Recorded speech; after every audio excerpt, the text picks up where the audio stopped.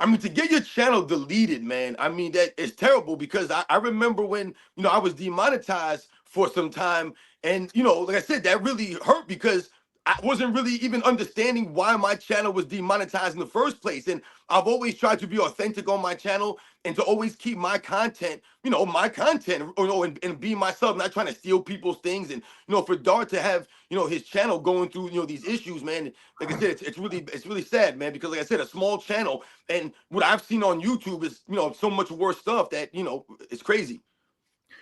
Good morning, everybody. Welcome to the chat. I said hi to Jesse. Renee, of course, is here. Spetka Fantasy. And Renee says, what's up to you? King Speech Row is in. Good morning. We're going to have to talk. Hey, I haven't talked to you, I don't think, since New York has shit the bed twice. So we can avoid that topic if you want to. But everybody, if you heard us talking, we were just discussing how weird it is that Dart is being punished on the level that he is. And I told him, why don't you just use another email? And he said they said they track my IP, like they're treating him like a freaking terrorist. I must say that's pretty serious right there. That's pretty intense. And for what? Did you see? Because I was having connection issues. Did you see what it was? Was it that bad? No, he sent me a clip. It was supposedly, a wrestling match with his face and I think someone else's face superimposed on the wrestlers as the wrestling match was going on. I don't see what, the issue with something like that would be. Shout out to everybody in the chat. I see some people saying what's up to me. Thank you to all you guys. Like I said, Renee 43, the Jesse Glad Saget, Specca Fantasy, Ken Speech Roll, Armand Smith, Andre Carter, E-Dog McZuggins, Hayden Phoenix, Message the Minister. Shout out to all you guys, man. Thank you. Yeah, somebody said, who's Dart? That was the host of Michael Jordan Fans Are the Best. And man, YouTube is full of videos of people beating each other up, humans murdering animals, and this guy's who's getting picked on. Anyways, welcome everybody in the chats. It's good to be live streaming with some of the old crew again. We all kind of like took a break there. Yeah, and you getting demonetized, that's not as bad as getting deleted, but like it's just you talking. I know. And like I said, I think what ends up happening for me in particular, because I went back and like I said, I really tried to figure out what was the issue. And I think what it really came back to is I was posting short clips on my channel of the Shaqtin a Fool with LeBron James and some of the things that he was doing on the court. And I guess I must have been getting some pushback from the Shaqtin a Fool clips that I was posting. That's the only thing I can think of because there was nothing else that I was posting to my channel that could have been seen as me stealing content, because that's why I was demonetized for quote unquote stealing content. Well, while we have King Speech here, do you want to talk? I mean, I haven't spoken to you. How are you feeling? Was that New York? I know you were cautious. You were aware not to get your hopes up. You said so. And man, I don't know. What are you feeling right now? Well, first, man, once again, shout out to everybody that's coming through the Sunday live with me and my man, the Czar of video footage, AOH. Like I said, thank you to all you guys. It's truly humbling for you guys to always come through and support the channel. And like you said, AOH, I was very apprehensive for me to do some videos on the New York Knicks. I did 2 videos on the New York Knicks this entire season. And the 2 videos that I did were the video after they beat the Boston Celtics and a video before the first game, literally right before the first game. And I said in that video, the only reason why I did that New York Knicks video literally maybe 30, 40 minutes before the game came on is because I was watching the pregame and Patrick Ewing was on there, and Patrick Ewing got me hyped up, man. He was talking about how, the city was behind the Knicks. The ex-players, all the great legends, everybody was going to be at the arena. They were all behind the Knicks, how they felt like they were part of the Knicks organization in the buildup of the Knicks. And I was like, you know what, man? If Patrick Ewing believes in the Knicks, then damn it, I'm I'm a believer in the New York Knicks. And not only that, but just the way that they were playing in the Boston Celtics series, they were closing games out. To me, that was the most impressive thing about the New York Knicks and what they were doing is that they were figuring out ways to win games. No matter who it was, someone different was going to seem to step up. And we knew Jalen Brunson was going to be there. Against the Indiana Pacers, they're the ones doing all the little things at the end of these games. The first game, if we think about that first game, I was on the couch. I was falling asleep watching the game. The Knicks were up by 14 points. And it wasn't just that they were up 14. It's the fact that they went on a 10-0 run when Jalen Brunson went to the bench with the 5 fouls. So I'm like, wow. When they went on that run with him on the bench, I was like, they got this game. There's no way the Pacers can beat them if Jalen Brunson's not even in the game and they're going on this crazy run. And what happened? I start to fall asleep. I start to shudder, and all of a sudden the lead starts dwindling down. As I'm falling asleep, the Knicks are falling asleep. King Speech says, "Remember, fellas, Knicks are 5-1 on the road in the playoffs." Okay, so he's still holding on to hope.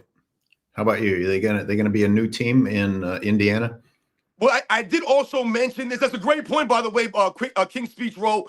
Much respect for mentioning that. I mentioned that also in my video. I said the Knicks on the road are just as good as they are at home. And I said that's not really good on their home record, but their home record and their road record are almost identical. I think they were like 27 wins at home. I think they were 24 wins on the road. So they were just as good on the road as they were at home. So yes, King Speech rolls on the money. They actually can go on the road here and win these games against Indiana. The only problem is Indiana is a very tough place to play, man. It's going to be insane in Indiana. They're not just going to be able to go in there and win those games. They were able to win some games, win a game in Boston, so they could probably win in Indiana. So yes, King Speech Rose right about that.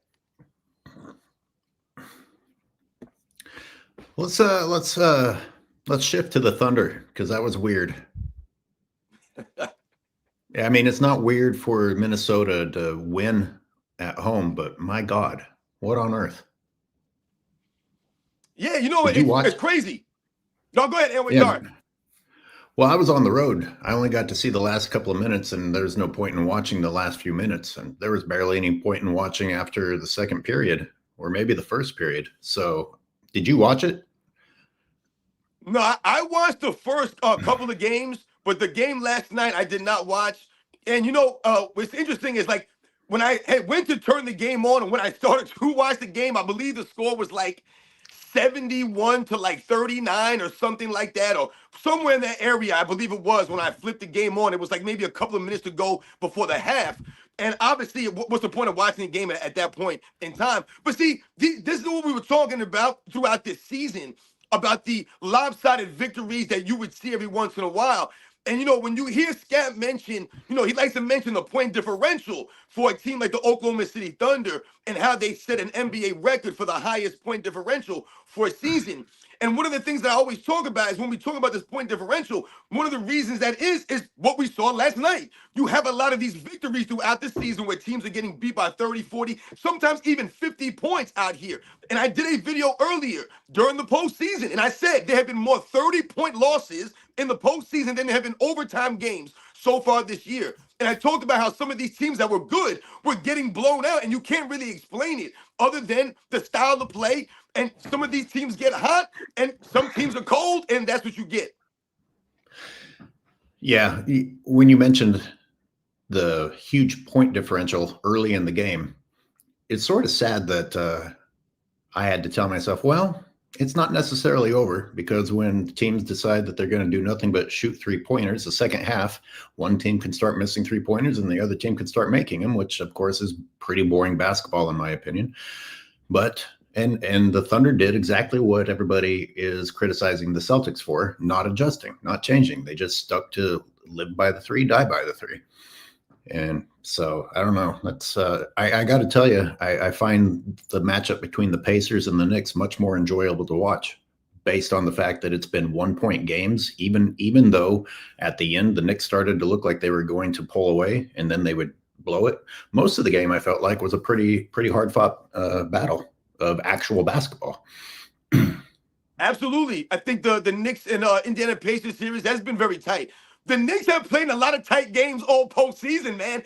If you look at the Knicks games against the Detroit Pistons in that first series, most of those games were tight, came down to the last couple of possessions for the New York Knicks. That was part of the reason why I had a lot of doubt, when they were coming into the Boston Celtics series, because they barely beat that Detroit Pistons team. That's no knock on the Detroit Pistons. They're a nice, young, and up-and-coming team.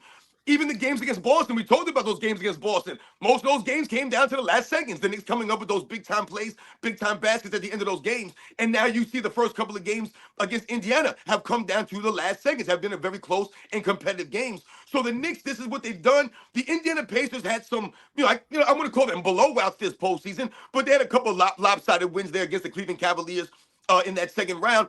But when we talk about the Western Conference, and you just talked about the Oklahoma City versus Minnesota matchup, most of these games, if not every one of these games, have been lopsided. I mean, OKC's been dominating Minnesota these first two games. I mean, what was the first game? 100 and something to 88? I mean, they didn't even crack 90 points in the first game, the Minnesota Timberwolves. And you look at someone like Julius Randle, we look at someone like Rudy Gobert, and we look at someone like Mike Conley. And listen, I've been knocking Anthony Edwards all season long for his attitude, the way he carries himself, and him shooting too many threes, and to me, like I said, taking a shortcut and being lazy. But this man ain't got no damn help out here. Are you kidding me? My goodness, if it ain't Nas Reed, and if it ain't Jaden McDaniels, I don't know what the hell's going on out there, man, because Julius Randle's one of the most inconsistent players I've ever seen in my life. I said the same thing about him all career long, when he was on the Knicks, when he was on the Lakers. This man, you never know what you're going to give him. Julius Randle had, what did he have the other day? Single digits he had, I think, in points, and then the other last night he looks amazing. This is just, what is Rudy Gobert doing on the basketball court? Can someone find... I want people to understand something. When we talk about how weak this era is in comparison, guys, understand this. Rudy Gobert, the guy that you see doing what he does, is a 4-time Defensive Player of the Year award winner. That's what he is. The man just won the award last season. So when we think about these things, we have to keep these things in mind. This man is not doing a damn thing out there for Anthony Edwards. And I don't know what Mike Conley is doing out there. They used to have Mike Conley coming off the bench. My goodness, man. He didn't win it last season, did he? Isn't it 2 seasons ago that he got his last one? I thought he won it last year. Who won last year? I don't remember. I thought he won his 4th one last year. I could be off on that. Yeah, because I was just thinking one of these days I'm going to go back and watch one of the seasons that he won it during the regular season, because I didn't watch him. I was telling King's Speech and Zay on their live, I have to go back and try and understand how he won those, because it, to me, I get excited when he actually moves at all. It's like, oh shit, he can move. Anyone in the chat knows. Someone check it out. Jesse, for us. Did Rudy Gobert win it last year? I thought he won it last year. Jesse says he did. I could be off. Jesse says he did. Glad Saget says he did. So, all right, my bad. My bad. And the only reason why I felt like he did is that I thought I remember doing a video about him winning the 4th one, and I said how guys like Tim Duncan, Scottie Pippen, Patrick Ewing, Kobe Bryant, they never won Defensive Player of the Year awards. So when we talk about resumes and we talk about looking in and scrutinizing resumes, if you just look at Rudy Gobert's resume and you read off, he's a 4-time Defensive Player of the Year award winner, but you didn't watch him play and you didn't look into the details, then you would think, damn, this dude is a hella fine defensive player. My goodness, 4 of those awards when Pippen never won one, Duncan never won one, Kobe never won one, right? Patrick Ewing never won one. These are the kinds of things, when we talk about putting things in context and perspective, guys, that's what we're talking about. So here's the hell of living in current media. I have someone who says LeBron was Defensive Player of the Year this year. He got robbed. And this could either be one of our people making a joke, or this could be an actual LeBron fan, because that's how delusional they are. They'll say something that should be a joke and actually mean it. I don't know. D-Life. You know what's funny about that, AOH, is I always laugh when I always heard that, because I always made it like, so you're telling me that all the years that LeBron James played in the NBA, that was the only year that he was qualified to win a Defensive Player of the Year award? That's the only year. They just say that he was robbed 1 year.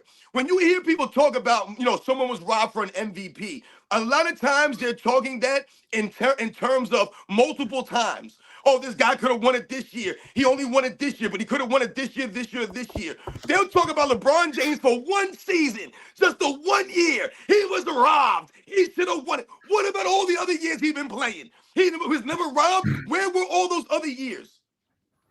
And it was actually LeBron who had to say it himself, as usual. He had to go on the podcast and say that Marc Gasol had his DPOY, which does anyone understand that that's just a gross thing to do? Even if he did deserve the DPOY, you don't go shit on other people Yep. like that.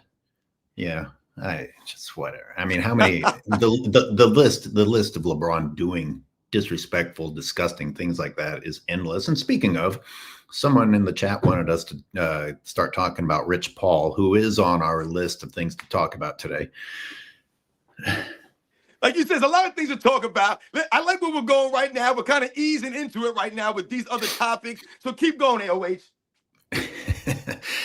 So I think the first thing I'm going to say about it is it's interesting again that LeBron and his camp talk shit about the past constantly in order to try and lift themselves.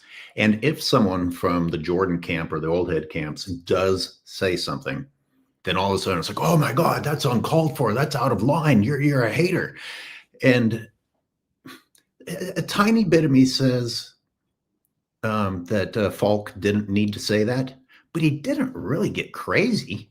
Like, is it what he said is pretty believable. And I think ESPN, some of the panelists on ESPN even acknowledged this. Like, I think Wilbon said, yeah, if Jordan had went and joined Shaq's Orlando Magic instead of sticking with the Bulls, taking the easy way out, joining Hakeem when the Bulls were starting to wear out and were facing all the shit that their GM was putting them through, like an uncertain future.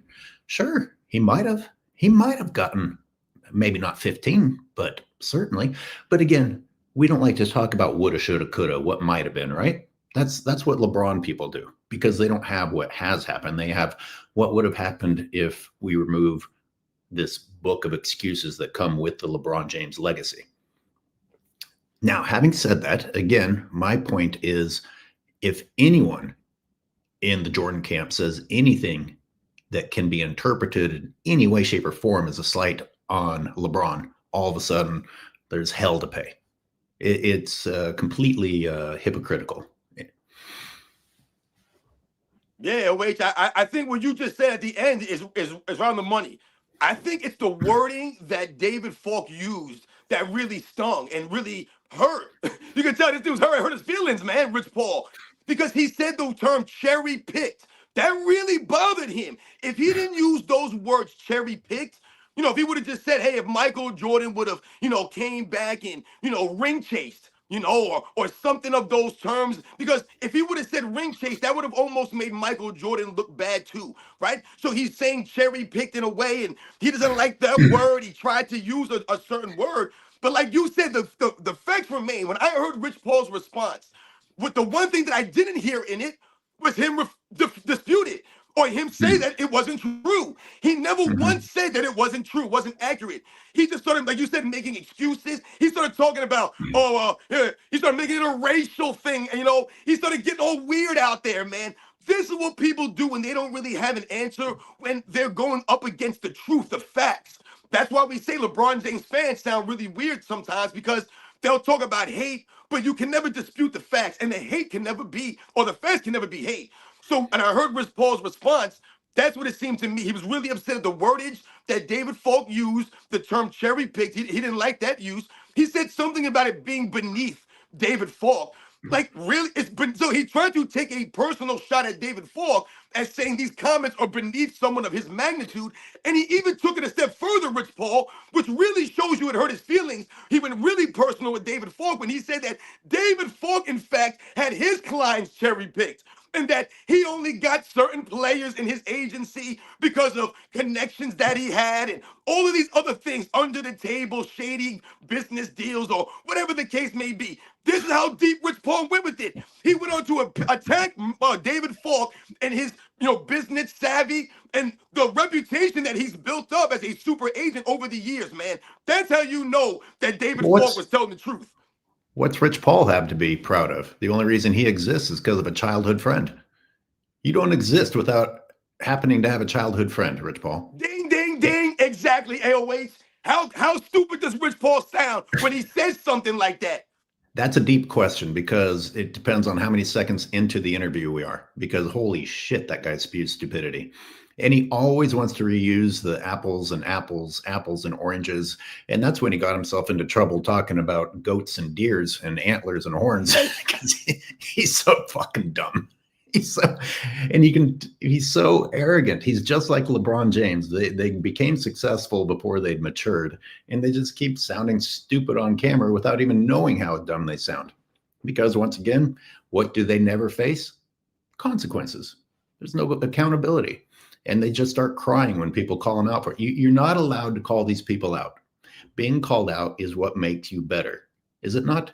You don't get to go through life continuing to be the same asshole every day and ever improve. What if MJ joined Kobe, Shaq, and Phil on the Lakers, says Xavier? Well, exactly, because we know that Jordan enjoyed Phil as a coach. I think that part would have to have been attractive to him. But I also happen to think that Jordan would not enjoy having a blatant advantage. I think if it was too easy, it would be a little bit of a turnoff. I mean, a shout to Xavier for coming through. I mean, I've heard all kinds of different stories and different things. You know, I've heard that Phil Jackson, wanted Michael Jordan to come to the Lakers in a role off the bench, in a role of a mentor towards a young Kobe Bryant, show these guys what it takes to win. I've heard stories like that. Him wanting Michael Jordan to come. We've all heard stories of Kobe Bryant himself saying that he was thinking about going and joining Michael Jordan on the Wizards, right? Because he really wanted to play with Michael Jordan. And Kobe Bryant, in fact, talking about what they would have done, what he believes he would have done with a 39, 40-year-old Michael Jordan on the Wizards, because he understands Michael Jordan's competitive nature. And the fact remains, when David Falk makes those comments about the 15 championships, what he's alluding to is Michael Jordan's ability to maximize the players that are around him, to galvanize his team to a degree that we've never seen before. Michael Jordan was doing three-peats, guys, 6 championships with journeymen, guys with journeymen that were playing minutes in the NBA Finals, guys that you never freaking heard before, man. You ain't never heard of Cliff Livingston. You don't even know who that dude is. You don't know who Bob Hansen is. You have no idea who Stacey King is. You never heard of Scott Williams. You don't know who Bison Dele is. You don't know who Judd Bushler is. These were guys that Michael Jordan was winning with that were journeymen. Steve Kerr, guys, was a journeyman when he came to the Chicago Bulls, man. Are you kidding me? Luke Longley was a journeyman when he came to the Chicago Bulls. These guys were maximizing your teammates, man. If he wanted to ring chase, he could have went and played with dudes here. He could have made moves there, but he didn't do that because Michael Jordan was a competitor. What did Jerry Krause say? This dude was so cocky, he was so great, or he thought he was so great that he didn't want no help. He didn't think he needed help like that. Exactly. And out of that list of players that you spit out really quick, I think Steve Kerr is the only one that had post Michael Jordan success when he went with the Spurs. Yeah, exactly. He went to the Spurs, a franchise. And why was he there, Steve Kerr? Because what he learned with his time on the Chicago Bulls, they understood you bring in someone like Steve Kerr, he's going to do his damn job. He's a professional. Correct. Something that he developed with Phil Jackson and Michael Jordan. This is the exact opposite of LeBron James. He doesn't develop people. He waits for them to be developed elsewhere and then steals them, which gives me a reason to put up King's Speech's comment. What Rich Paul accused Falk of doing, he does. The difference is Falk never funneled players to his client MJ's team. That's more than just a good comment. Yep. Because Rich Paul tampered with the NBA on behalf of LeBron James, abused his power as an agent, and literally broke the rules to tip the favor for LeBron James. That's not hate. That's not a lie. This is documented. Anthony Davis was fined for what he did with the Pelicans Lakers move. Like, he was convicted. Insane. And another point, I mean, I know that most of this should be obvious, but we'll put it out there just in case no one's realizing it. The type of team-ups that we just mentioned, like Michael going to the Lakers, Michael going to the Rockets, Michael going to Orlando, sound absurd because of how unfair it would be. That is what LeBron James has done, except that LeBron failed anyway. LeBron had absurd advantages and failed anyway. That's astonishing. And he, more times than not, was the reason that they failed when they had the disproportionate advantage over the other teams. I just, it's so clear. This is a clearly manufactured discussion about the GOAT. I mean, what I said right then alone disqualifies LeBron James. No, you're absolutely right. That's the main thing that, like you said, it's like kryptonite when we talk about these discussions. Because a lot of times LeBron James fans, they'll always celebrate the 8 consecutive trips. They love to talk about that, right? And they'll say, oh, why are you guys always talking about 4 and 6? You guys always talk about 4, and then they'll start saying that it's a team accomplishment when you say Michael Jordan 6 and 0. But the problem for the LeBron James fans, the reality that they don't want to live in, is like you just said.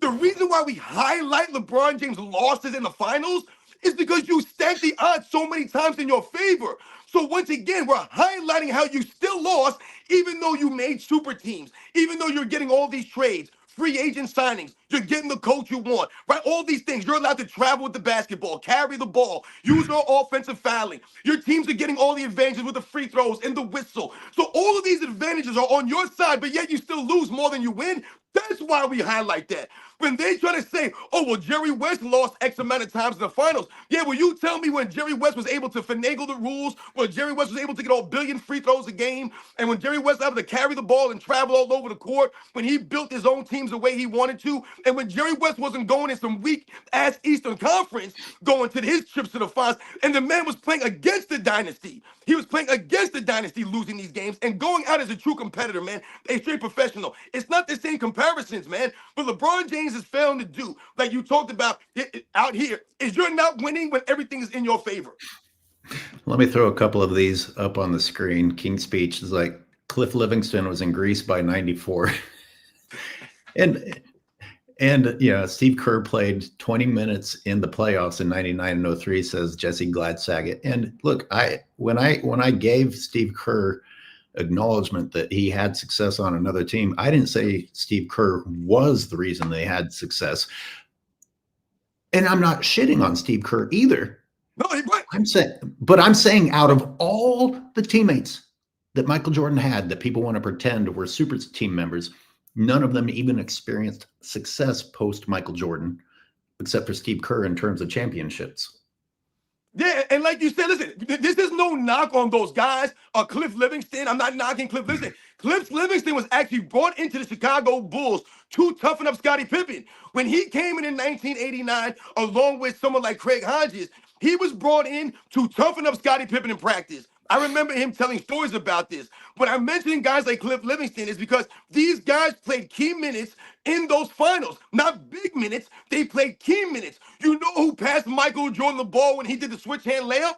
That was Cliff Livingston who passed Michael Jordan the ball. So when we talk about some of these guys, I mention them because they were journeymen. These were guys that never really found a home until they came to the Chicago Bulls. And they were able to find a role alongside Michael Jordan in the triangle offense. That's a sacrifice that Michael Jordan did for his teammates, which, like you mentioned, LeBron James never did for his teammates. So we never got to see Andrew Wiggins with LeBron James and what they could have maybe done, the dynamic. Maybe Andrew Wiggins would have been a greater player because he played with LeBron James. Michael Jordan would have made Andrew Wiggins into a Hall of Famer. I have no doubt about that. But we never got to see that dynamic from LeBron James because he never did that. He never stayed down 10 toes of the franchise and like you said, develop guys. He needed established guys.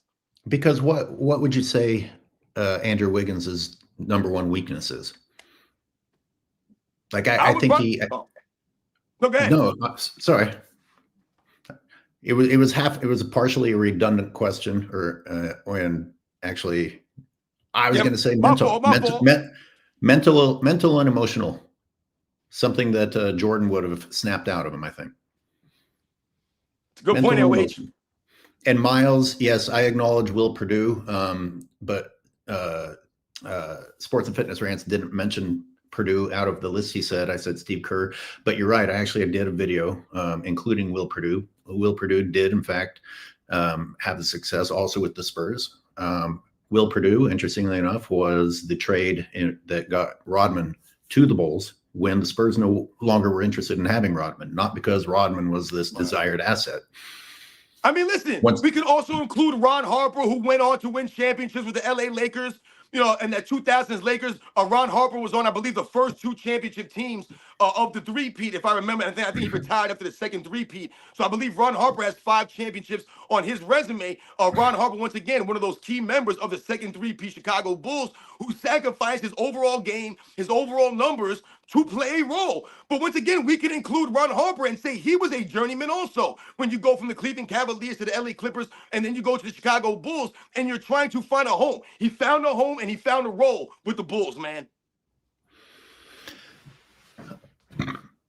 I am the Dawn, or Praise the Dawn, says, we used to put the blame on the superstars. Ever since the gay ped user joined the NBA, the role players got all the blame while he gets 0. And I also want to acknowledge that that's not across the board true. That is primarily true of the guy that we call the face of the league. I actually see a lot of players in the NBA have the decency not to blame their teammates and to praise their teammates, whether it's a win or a loss. So, LeBron James is probably the worst example of how to behave that's in the league, and he's called the face of the league. Yeah, he is a childish 40-year-old. Yeah, I think that there are a lot of athletes in general that take responsibility and accountability. I think, I think what Praise the Don is probably alluding to, or that I see that's more often true, is the media. They love to give the excuses for some of the star players. And I think that's why a lot of us are like, why are we excusing the star athletes? The star athletes should be taking the accountability and the responsibility. They should want that burden. The burden's always going to be on them. They get the money, they get the fame. So the burden has to be on them. It can't be on the role players. When you talk about someone like LeBron James, he's the one that's opened that door. He's allowed some of these other guys to blame the role guys, to not take the accountability, to not sit up there in a post-game press conference and say, yes, it was on me. They'll start talking about other stuff. They'll start talking, making excuses about other things. They'll bring up other stuff. These guys are much more sensitive now. So, yeah, absolutely. LeBron James definitely is probably the biggest athlete or the biggest star athlete, superstar athlete across all sports that still, 22 years in, refuses to take accountability and blame for whatever goes on his team. Woodage, yes, you're right. Grant, Horace Grant was starting power forward on the 0-1 Lakers. That is true. I got to tell you, that's one of the hardest post Jordan roster spots for me to remember. Horace Grant on that team. I don't know why that one really just kind of like blurs out. Once again, when we talk about the success of other players, we can mention Tony Kukoc. Not winning a championship doesn't mean that you weren't successful or didn't have a good career, things of that nature. Tony Kukoc had a very good career. When people bring up Tony Kukoc, I believe he played for the teams like the Milwaukee Bucks, Philadelphia 76ers, after the Chicago Bulls. So when we talk about someone like Tony Kukoc, he's mostly in the Hall of Fame due to his European career, not necessarily his NBA career. So when people talk about Tony Kukoc and they're trying to take away from Michael Jordan's greatness by saying he played with a Hall of Famer like Tony Kukoc, understand the context behind this. Tony Kukoc was a very good player, but he's in the Hall of Fame mostly because of his European career combined with his NBA career. So these are the kinds of things we have to understand. And a lot of these guys, like I said, that went on to do other things and, play on other teams, these are the kinds of lessons that they learned playing for that championship Chicago Bulls team, man. When you hear someone like Will Perdue speak in the Last Dance documentary, what did he say? Yeah, Michael Jordan may have been an a-hole. He may have been this. He might have crossed the line, right? He goes, but it worked. He was looking for a result. I always tell people, Michael Jordan was looking for a result. That's what great players are doing. They're looking for a result. And what's the result? The result is a championship. Now, there are different ways that you can get to that result. Michael Jordan's way was effective. Why was it effective? Because he got the results he was looking for, damn it. So when people try to say, oh, Michael Jordan wasn't nice to his teammates, he wasn't nice, and they try to act like LeBron James is a nice guy, I laugh. Michael Jordan was looking for a result. He's playing basketball for a result, and he got those results. So no matter how he got there, it worked for what he needed. And his teammates, at the end of the day, they appreciate him for doing it. I've asked this before, but I'll ask it again since we have a couple of fanboys on here. Like to me, this is a no-brainer, but like their brains are so different than ours that I have to ask this. Like, do you want a guy who gets in your face at practice and tells you why you need to be better, and then you can confront him back to his face? Or do you want a guy who's passive aggressive and throws you under the bus after the game and during the press conference, or gets you traded behind closed doors and things like that? I mean, that is not nicer. That's slimier. If anything, that's worse. And like, if I don't know, dude, I just have a hard time believing that in a competitive sport, people have the nerve to complain about somebody getting in your face and telling you to improve. I mean, how is that unusual? You can't tell me, Robin, that when you played sports, you guys didn't get frustrated with each other or try to encourage each other, or whether it was negative reinforcement or positive reinforcement, you tried to make each other improve. Absolutely. And I mean, you say how I am, AOH. This is not something new. This is how I was when I played sports. I was hyped up as a sport athlete. I was one of those guys that would, be out there yelling, trying to get dudes hyped up, man. Let's go out there and do something. But at the same time, I was also that guy that I went after you in practice, man. It didn't matter if we were friends in school. I was coming. I remember kids and in the locker room sometimes being like, yo, Robin, what's up, man? They thought I had a problem with them because of the way I was going after them on the football field. I was smashing dudes. It didn't matter that we were cool. We are cool. I used to tell them, yeah, we cool, man. There ain't nothing wrong. But this is how I play the game, damn it. So once again, I'm preparing you and you're help preparing me. I can't half-ass on you out here in practice. I got to go full steam so you're ready. That's what Michael Jordan did. When you think about anything that's worth anything in life, that you have to train for, that requires effort.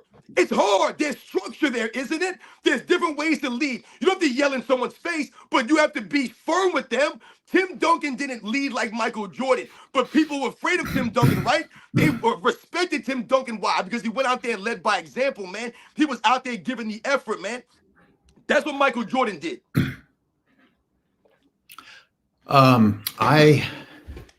Somebody in the chats talked about Jordan on the Wizards at 40 and talking about his injury and whether or not the Wizards would have done better without that injury. But I'll tell you one thing, Michael Jordan didn't get gifted all-star or all-NBA appearances just because of his name. I mean, I'm going to do, since I did a comparison of them at age 38, now that LeBron played his first game at age 40 back in January. I'm working on Jordan's first game at age 40 and LeBron's first game at age 40. It's a completely different game, ladies and gentlemen. Michael Jordan didn't get to take defensive possessions off. And this was back when they still played defense. So it's the whole concept of defense has changed. And then on top of that, you have LeBron James not even participating in that low level of defense. And it's so bad that the media actually excuses it. They don't even pretend that it's not happening. They say, oh, well, that's smart basketball. That's what you need to do at age 40. Well, listen, if this is a charity event where you're watching old people play, then you can make excuses for them. This is still the NBA. And you don't get bonus points at the end of the game that help you win when you say, oh, you had a 40-year-old. Okay, well, then we'll reconsider what the end score was. No. Either be satisfied with the players on the floor or change who's on the floor. Don't come to us later and say, well, one of them is 40, especially when you are allowing that 40-year-old to have the easiest assignment on the court. And then I saw that Steph Curry was only second team All NBA and LeBron is also second team. I assumed that they just gave LeBron a third team, which he still didn't deserve, but they gave him second team. Holy crap. And Steam Engine actually sent me stats. He's under the weather, but he wanted to do a show today that shows exactly how undeserving LeBron James is of his all NBA selections. Forgive me, Steam Engine, you're sick. We can still do a show on it, but I think I'm going to go grab that graphic you sent me. Wow, Robin, you want to respond to what I just said? Oh yeah, I did a video on the All NBA second team selection. And yeah, it's crazy how Steph Curry was All NBA second team, and so was LeBron James. I believe James Harden made All NBA third team, which is also astonishing to me how these guys are still on the All NBA teams. after all these years. And I said there's two ways that we can look at this, and one of the ways is what you was talking about, how the hell could you, put LeBron James as all NBA? And the second thing we can think about is the NBA that bad? Is that how bad the NBA is? That LeBron James, the guy that we want, I mean, think about it. We watched this dude play this season, man. Are you telling me that guy is a second all NBA team performer? That's how bad the league is right now? That is insane to me. Like you said, Michael Jordan wasn't going to make an all NBA second team in 2003 because you had guys like Kevin. I mean, once again, remember, Michael Jordan was listed at a small forward position when he played for the Wizards. So he would have to make all NBA selections at the forward position over guys like Kevin Garnett, Tim Duncan. I mean, what are we talking about here? Paul Pierce, some of the small forwards that were playing at that time. And those guys were in their peaks. So, like I said, is the NBA that bad that LeBron James able to make a second all-NBA team at 39, 40 years old? And remember, LeBron James was never even the best player on his team. But somehow, some way, he was second team all-NBA.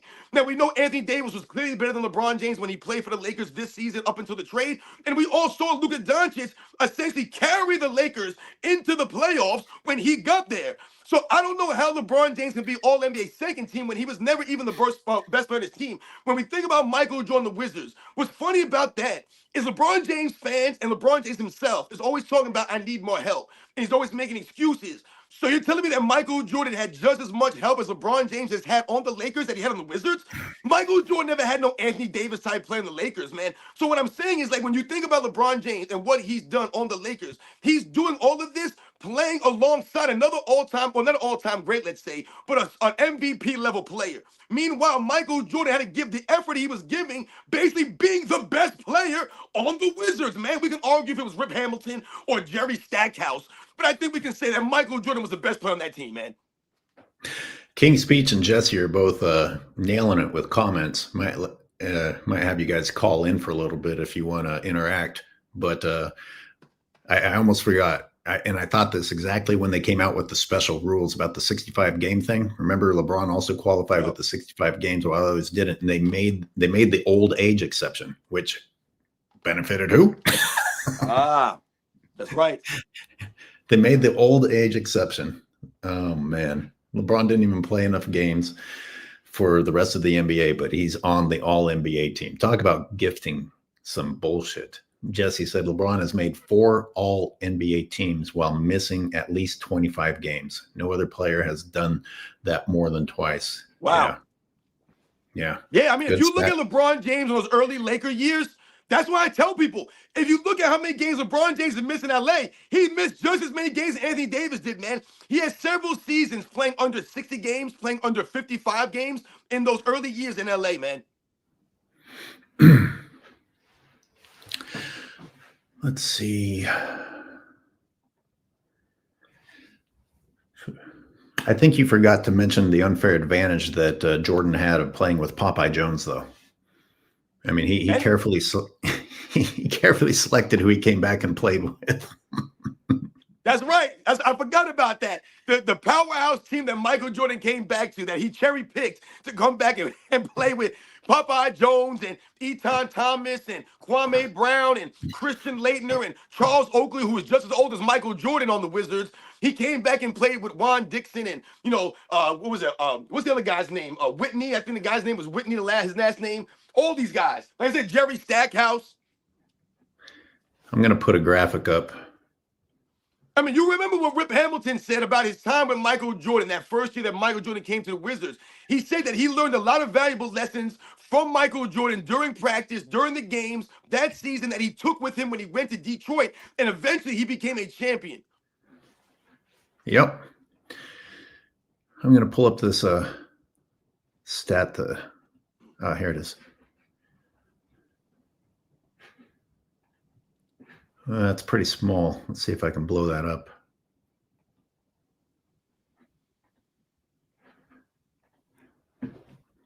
What is that, the plus minus? Yeah. And this is what Speem sent me. LeBron's All-NBA charity case. Look at this. 2025 All-NBA plus minus. First team, Giannis with a plus 334. We have a plus 918, plus 594, plus 534, plus 522 on the second team, 291. We have Bron with a negative 54. Yo, you know, see, I mentioned that also in the video, and I said I asked Jim from Self Research NBA Facts. I said if Jim is out there, Jim, go look into the NBA history books. I don't know, go back to 2000 maybe, and I want you to look and see how many players since 2000 had a negative plus minus and made the All NBA second team. And I started to do this research. It's a very long and tedious number, searching for plus minus and going through all these players that were on the All NBA first and second team and what their plus minus was. And I did the first like 7 or 8 seasons from 2000 to like 2007. And I only found one player that had a negative plus minus during those 7 or 8 seasons that I looked at so far from 2000 to 2007 that were on the All NBA first, second team. And that player was Tracy McGrady. And I can't remember what year it was. It might have been 2003 or something like that. It was a year that he was on the Orlando Magic. Now, the thing about the Orlando Magic that year and Tracy McGrady was that the Orlando Magic were 21-61 that season. 21 and 61 that year. And clearly Tracy McGrady was carrying that Orlando Magic team by himself, essentially, on that team as the best player. When we compare it to what LeBron James is doing this season, like I just mentioned, he was never the best player on the Lakers. He was never in a position where he had to carry the Lakers. There was never a time when the Lakers were a poor basketball team to that degree. They were competitive. That's what we said. They were actually winning despite that negative. That's insane. I'm looking at the graphics still, and oh man, where'd it go? God damn it. I'm looking at Jalen Brunson is the lowest guy there. And he's at 140 plus 146. I mean, it's not even close. I mean, LeBron's not even in the fucking positives, which is bad enough. But the other guys are, that's the lowest one is plus 146. And we have guys that are plus 546 on the second team. Yep. I'm gonna look up third team. You want to read some of the chats in the, can you see them all? I'll read some chats off. Once again, yo, shout out to everybody that's coming through the live stream, guys. We really appreciate it. The Jesse Glad Saget coming through all the time. Eric Ramirez, I am the algorithm. Shout out to Hoop Oracle, my man Hayden Phoenix. That's why he's called King Minus. That's right, man. That stat makes LeBron look more pathetic than he already is. LOL. Shout out to my man DJ DOGG31, man. 95% of LeBron fans own a pair of Jordans. 95% of Jordan fans don't own a pair of LeBron sneakers. That's right, Hoot Oracle. Round the money. Renee 43. LeBron actually put up a tweet. That's right, put out a tweet congratulating himself. That's right. Oh, I was actually going to do a video on that this morning, but I didn't. Of course he did. That's right, he does. This is what he always does. He loves to congratulate himself. Oh, LeBron fans, you don't understand what's distasteful about that. Even if he deserved it, which he didn't, like do you honestly not understand why that's embarrassing? When I'm talking about honorable, that's what we're talking about. Yes or no? That's a classless statement. I don't want to get into the psychology of it, because if you can say no, I don't understand why that's unclassy, then you got to go back to second grade and start therapy. We can't fix it at this point. Did you see his tweet? No, I didn't know. I saw it. But you can tell I'm not surprised at all. Nope. He's like, yeah, 40 years old, man. I can't believe it, man. This is crazy. Thank you. I can't. Oh, man. That dude is so corny, man. I swear. The lowly one with the super chat. Thank you. He says, I had to come through. I appreciate you that you did come through. Yeah, the lowly one. What's up, man? Thank you very much for coming through. So I found they don't have the plus minus on ESPN's all NBA third team. So let me look somewhere else. I'll bet you that StatMuse or Land of Basketball. Yeah, StatMuse has it.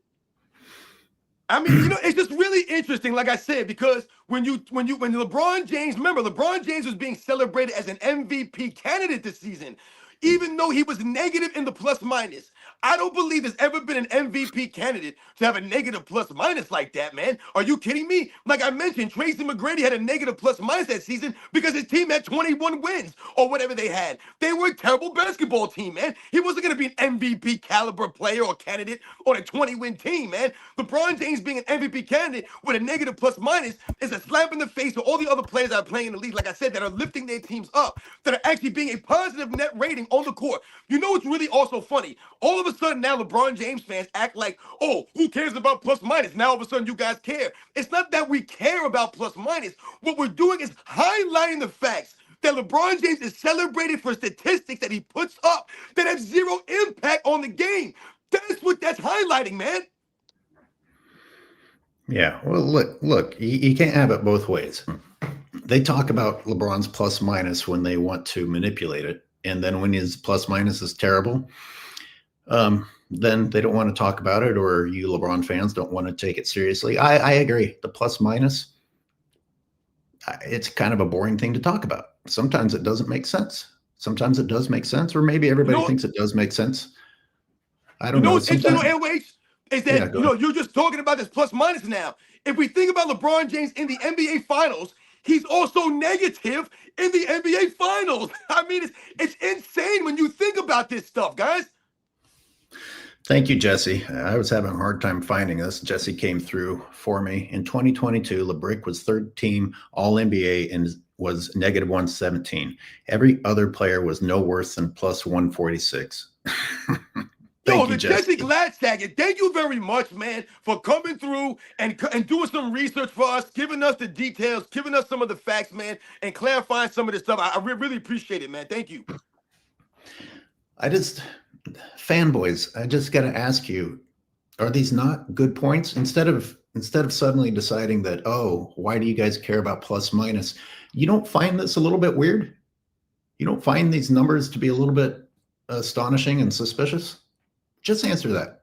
I mean, we can talk about whether we take plus minus seriously in another conversation, but let's start with the information that's being fed to the public. Because as Robin has pointed out in a past video, this is all about building LeBron's paper legacy, about being able to later on say, oh, look how many All-NBA selections he has.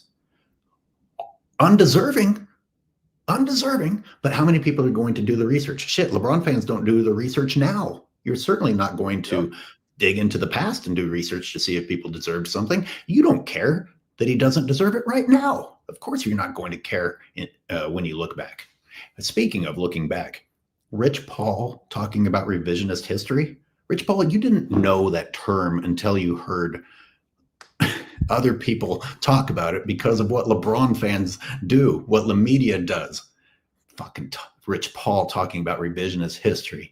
Jesus, what? Am I in a sitcom? Is this real?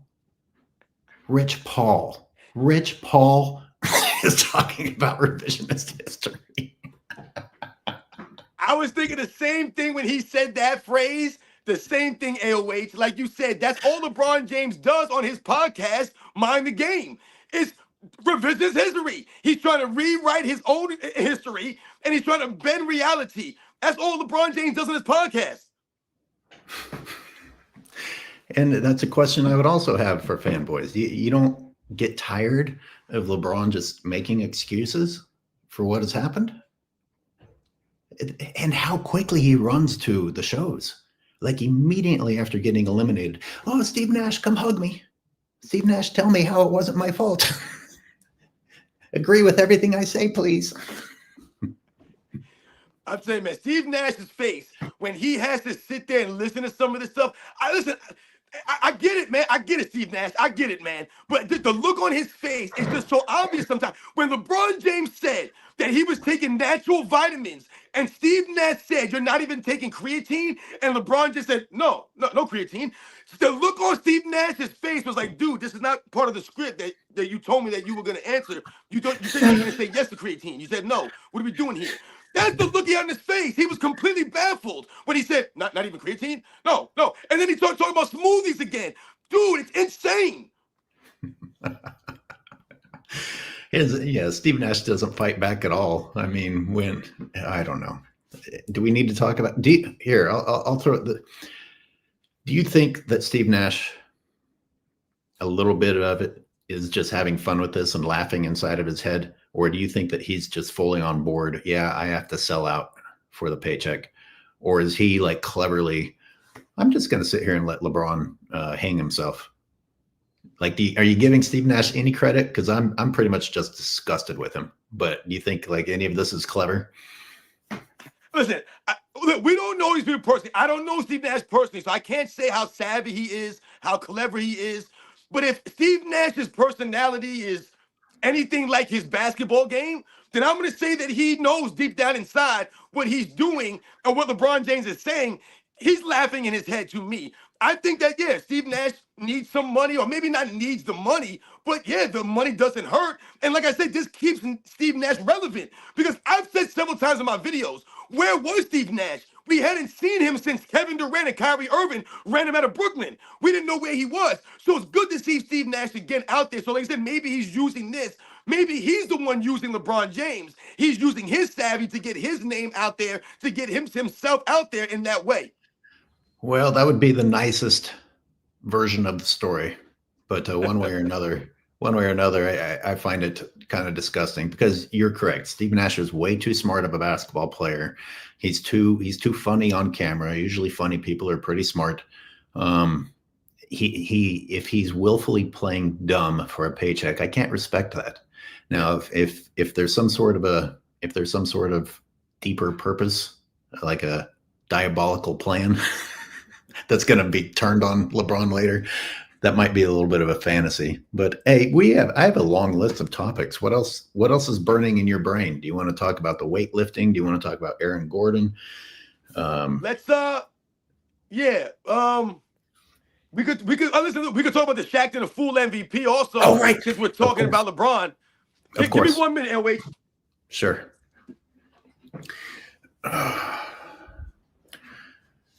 Jesse, you want to call in today? King's Speech, you want to call in for a little bit? We might keep it short, but if you just want to hop in, hey, let's get some super chats going, people. Pickings are slim. I know I sound like a beggar, but for Sports and Fitness Rants and myself, YouTube has been very unkind to the truth tellers as of late.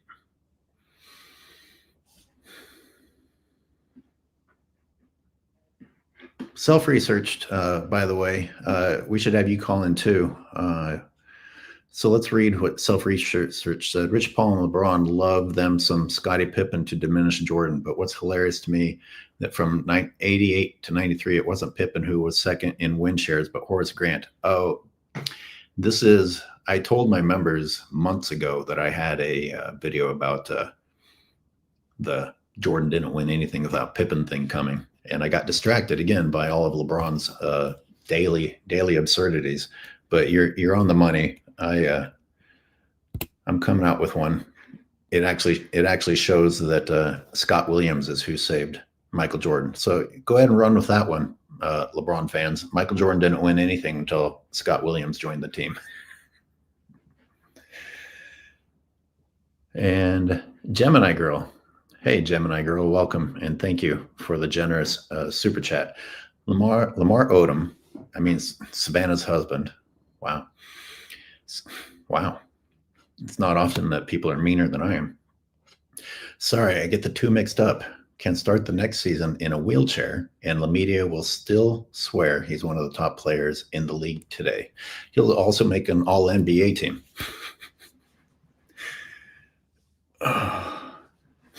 Don't give them any ideas. Yeah, well, like Steve Nash, if Sports and Fitness Rants is on the money at all with the Steve Nash thing, then that's what I'm doing. Just give them something to hang themselves with. I'm just giving them a little more rope. Go ahead and hang yourselves. Sorry, wait. No worries.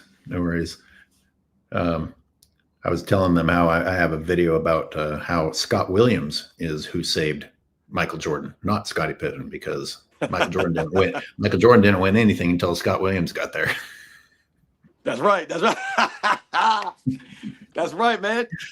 Oh, okay. So that again was some shit that Rich Paul brought up. And do you know who was interviewing him? Whose show was that on? I believe it was Rich Eisen. Oh, Jesus. Disgusting. Just sit there and let him say it. So Rich Paul said, and I'm curious, does Rich Paul learn stupidity from LeBron fans, or do LeBron fans get it from Rich Paul? Chicken or the egg? Where does the stupidity originate? Because he said what LeBron fans say. Oh, we literally have people making millions of dollars criticizing LeBron James. And all Rich Eisen had to say was name one, because that's the first thing I thought. Seriously, maybe they exist. Listen, fanboys, those of you who are getting your panties in a bunch in the chats, it's a very simple question. Yep. Name one who are making one organization or individual, whether it's a YouTuber or an actual sports network, actually making money doing nothing but criticizing LeBron James. Just one. I know I can name, well, pretty much it's the entire list that are revolving around praising LeBron James. And if you look at YouTubers, the guys that are making money are the ones that are doing what they're supposed to do and praise LeBron James. It's actually us truth tellers that are down in the financial cellar. Don't tell us we're making millions, and don't tell me that sports networks are making millions criticizing LeBron James, especially when the closest thing to a LeBron James critic was Skip Bayless, who whenever he would make a good point would get yelled over and would just switch to giving LeBron James compliments. Offensive compliments, by the way, saying that he's the best driver of the basket. Really? Yep. Really? If that's true, how did the 2007 Spurs shut him down by clogging the lane? You can't be particularly good if you can get shut down that easily. The best passer in the league. Yep. This is while Nikola Jokic is blowing people's minds every single night with his passes. And again, everybody out there, I'm not saying Jokic is the best player ever. I don't even care if he's the best MVP, but his passing blows my mind. And you have Skip Bayless sitting there saying LeBron is the best passer in the league. Better than Magic. Better than Magic Johnson, Skip Bayless said. This is as close to criticizing LeBron James as we get these days. And we have Rich Paul up there playing the victim card. Oh, all these people are making money being mean to LeBron James. Who? One. So how about in the chat? Somebody? One organization that is making a shitload of money just off of criticizing LeBron James. I'm going to read McZuggins. Remember when a month of plus minus was proof the team was terrible without him last fall, when it shows the opposite? It's a fake hater stat. Neat. Thank you for the super chat, McZuggins. Yep. Yeah, I did the whole video where Rachel, whoever the redhead was, went on and with Skip Bayless. With Skip Bayless saying, with LeBron James on the court, the Lakers are a plus 5,900. When he leaves the court, they're a negative trillion. And I went and I broke down the games. And this is another layer, because they actually lie. The few times that LeBron James had a positive plus minus, I'm sorry, everybody, I think they're lying. Because I went and looked and I was like, the only time that the Lakers did well was when LeBron was on the bench. Every single time he went to the bench, the Lakers clawed their way out of a deficit. And here's Rachel Nichols and Skip Bayless telling the world that the Lakers are terrible without LeBron James. And this shit goes deep, people, because I'm not making up what I just told you. I did an in-detailed video about it. How do you explain this shit? I got Jolly Joshams. Hello, Jolly Joshams. Thank you. Good to see you. Sorry, this shit's bouncing all over the place. Thank you, everyone, for the super chats. Let's keep them rolling. I was telling everybody while you were away, I was playing the beggar. I was like, it's been slim pickings slim pickings for us these days. And no, I want making our millions. I'm sorry, the $1 million I made last year off of LeBron James is gone. Sorry, everybody, I blew it. I blew it living in my van. Jolly Joshams, I don't have much to say, just letting you guys cook. Thanks for making Sundays that much better. Thanks for being here for it, Jolly. Thank you, Jolly Joshams. What you were talking about, what Rich Paul said about the he was talking about it as a 24-hour news cycle for LeBron James. And, he actually said that Michael Jordan didn't have a 24-hour, 365 news cycle, which is laughable to me. I mean, even to this day, Michael Jordan is 24 hours a day, 365 days a year, man. Michael Jordan can't step foot outside anywhere in public without being swarmed by people. Every time you go on social media, whether it's Instagram or whatever it is, TikTok, you'll see people trying to capture video of Michael Jordan just walking by them. Oh, look, and what do you see? A crowd of people swarmed around this man. He still needs security, even though he's over 60 and hasn't played basketball in 20 years. Michael Jordan, the things that he's dealt with throughout his career, is part of the reason why Michael Jordan is a recluse to the level that he is. Because the man's been dealing with this level of stardom 24 hours a day, 365 days a year, since the man came into the NBA in 85, man. So what the hell is Rich Paul talking about? You got nerve to say that about Michael Jordan, man. You think that Michael Jordan could just walk out anywhere? You think people didn't criticize Michael Jordan? He didn't get critiqued? They wrote a book about Michael Jordan called The Jordan Rules during the Michael Jordan's first three-peat. And in the book, it literally is talking trash about Michael Jordan and his treatment of his teammates. It's literally stuff from behind closed doors that was shared with this author. They mentioned Written this by in The Last Dance. Right. It was written by a Chicago beat writer. That was basically an inside betrayal. Right? Did they write any books about LeBron James? I haven't seen these books against LeBron James. I haven't seen that. They literally wrote a book. Yeah, just because they didn't have computers like that, or we didn't have the internet, we didn't have cell phones, we get all of that. There were still newspapers, magazines. The reporters were more ruthless back in the day. These people were at your neck. Anytime Michael Jordan slipped up a little bit, these mothers were on him, man. They were on Michael Jordan, man. Are you kidding me? Not to say that Michael Jordan was only criticized and he didn't get celebrated. Absolutely, Michael Jordan was celebrated. But for Rich Paul to say that Michael Jordan didn't have to deal with a 24-hour news cycle is laughable, Rich Paul. What world are you living in? That's why I say, to me, you can't tell me that these guys grew up in the 90s. How could you tell me you grew up in the 90s watching this stuff, but you're going to sit there and say that Michael Jordan didn't have to deal with this kind of level of scrutiny? Come on, man.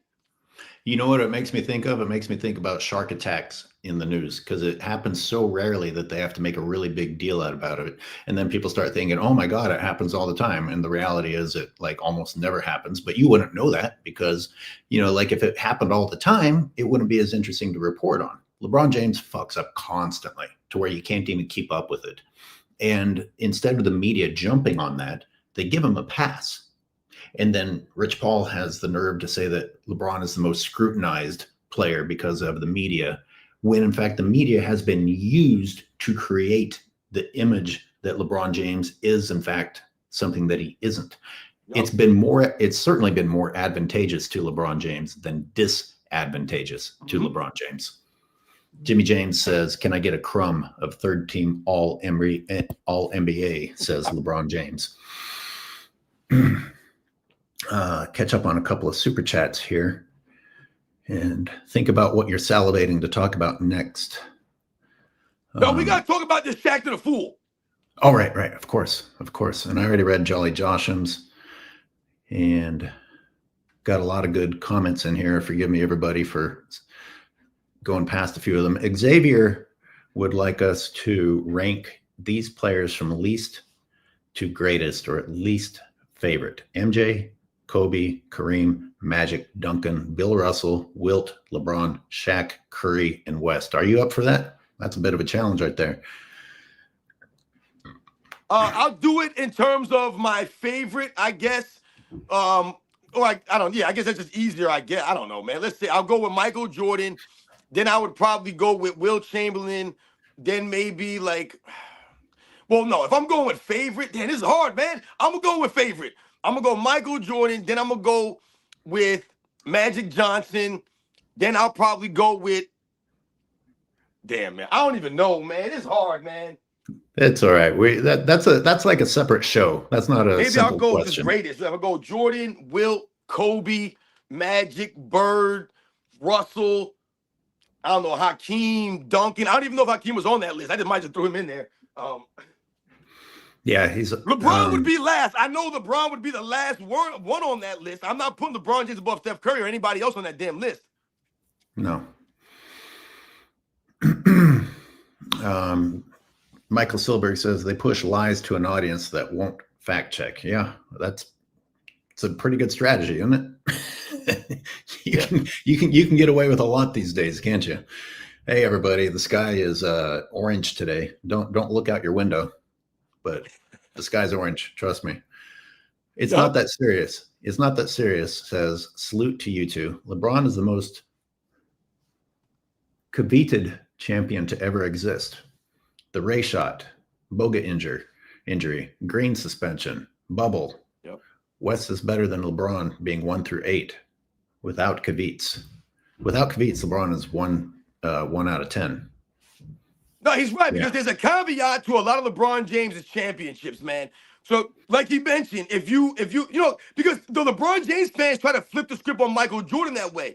They'll try to put caveats in Michael Jordan's resume by saying that Paxson saved Michael Jordan or Steve Kerr saved Michael Jordan. But in reality, Ray Allen technically did save the Miami Heat. He saved their season with that shot. Yeah, Gemini Girl, it's a good point. The speed. Gemini Girl! The speed with which LeBron's camp responds to anything resembling criticism shows you that the world does not revolve around LeBron James criticism, because you can actually pick it out when it happens. You're like, oh, go get him. Uh-oh, there's somebody stepping out of line. Go get him. You're right. Yeah, that's a great point by Gemini Girl. And, you know, when I've heard other content creators mention the fact that Rich Paul was very quick to jump out here on David Falk, but they got nothing to say about Shale Sonnen, though. La Abagnale says, when the Lakers played, our team watching him live is even worse than watching him on TV. I always wonder what it's like to be a real Laker fan sitting in that arena around all of these fake Laker fans cheering for LeBron James. That's got to be a terrible experience. Yeah, it's really weird out there, like I said, because LeBron James fans they don't care about anything but LeBron James. They just don't care about the NBA, because if they did, then they would be upset with LeBron James. You would be upset with him. You would hold him to a standard. Jolly Josham says, clearly journalists back then were all plumbers and firefighters, just couldn't report like they do today. Yeah. You know what's funny? I remember the reporters back in the day, like I said, they were ruthless. They would come at you and they would ask you hard, difficult questions. They would put you in awkward positions. And I remember, and I did a video on this, I remember when Mahmoud Abdul-Rauf was suspended from the NBA because of his religious beliefs, not coming out for the anthem before the games. He would stay back in the tunnel. And they asked Michael Jordan, they put him on the spot in the locker room, all the microphones, all in his face. Hey, man, what do you have to say? Remember, Michael Jordan is the face of the league. That's a burden that's on him. He has an obligation. And what did Michael Jordan do in that moment? Did he say, next question, I have no comment? No, Michael Jordan stood up and spoke up on behalf of Mahmoud Abdul-Rauf. And he said, I thought this was a free country, that you're allowed to express your religious beliefs and believe what you want to believe and this and that. And he stood up for Mahmoud Abdul, when he could have easily said, I got no comment, next question, I'm not going to talk about that. They put Michael Jordan in that spot, in that position, and that's what he did. What will happen to the Lakers this offseason is the last comment before we talk about Shaqtin. And just what I think is interesting about that is how people always say, oh, the Lakers are spent. They've made all the moves that they can. And yet they always come up with a way to make a move. And how many people heard Rob Pelinka, that soundbite, where he said, obviously LeBron has big expectations of what we're going to do in the offseason. I was like, Jesus Christ, you emasculated prisoner. Yep. Like, who's running this organization? Could it be any more clear that he isn't?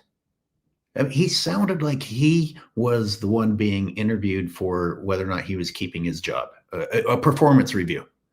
Rob Pelinka has a performance review under LeBron James every year, multiple times a year. Kick us off. Where do you want to start with the Shaqtin a fool thing? I can only imagine what LeBron fans are saying in response to that. And guess what? Oh shit! I guess I have to bite my tongue. I mean, if a major media network actually included LeBron James as Shaqtin MVP, you're right. They did it once. There's the millions of dollars made making fun of LeBron James.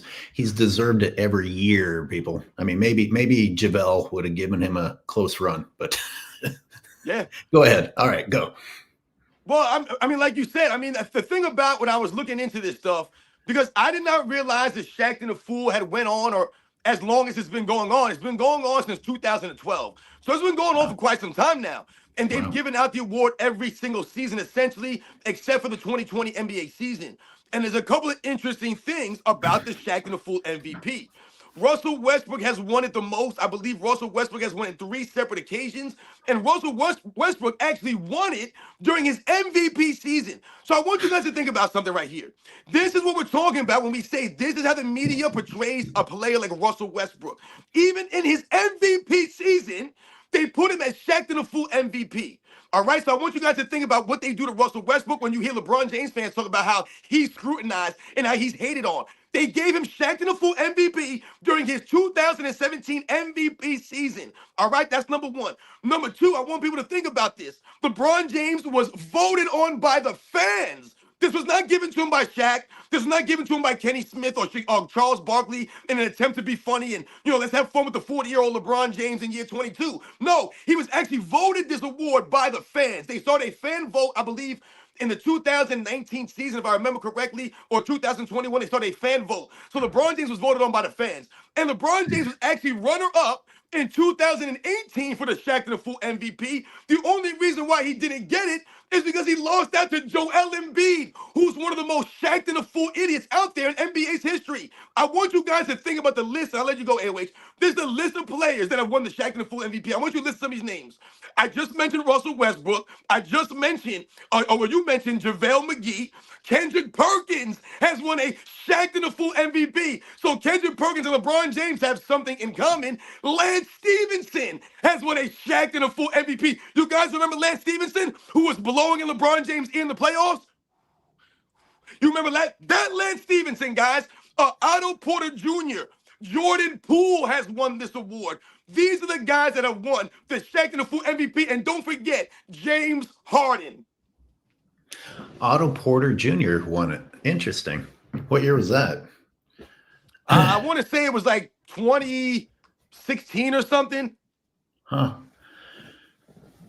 I think that you mentioned it in one of your rants, that 2018, when he was runner-up for Shaqtin' MVP, was supposedly his demon year, where he was this unstoppable guy. And then that's when he got 4-0 swept in the finals, right? It's hard to remember because he's got so many sweeps and gentleman sweeps that I'm like, which year was that failure?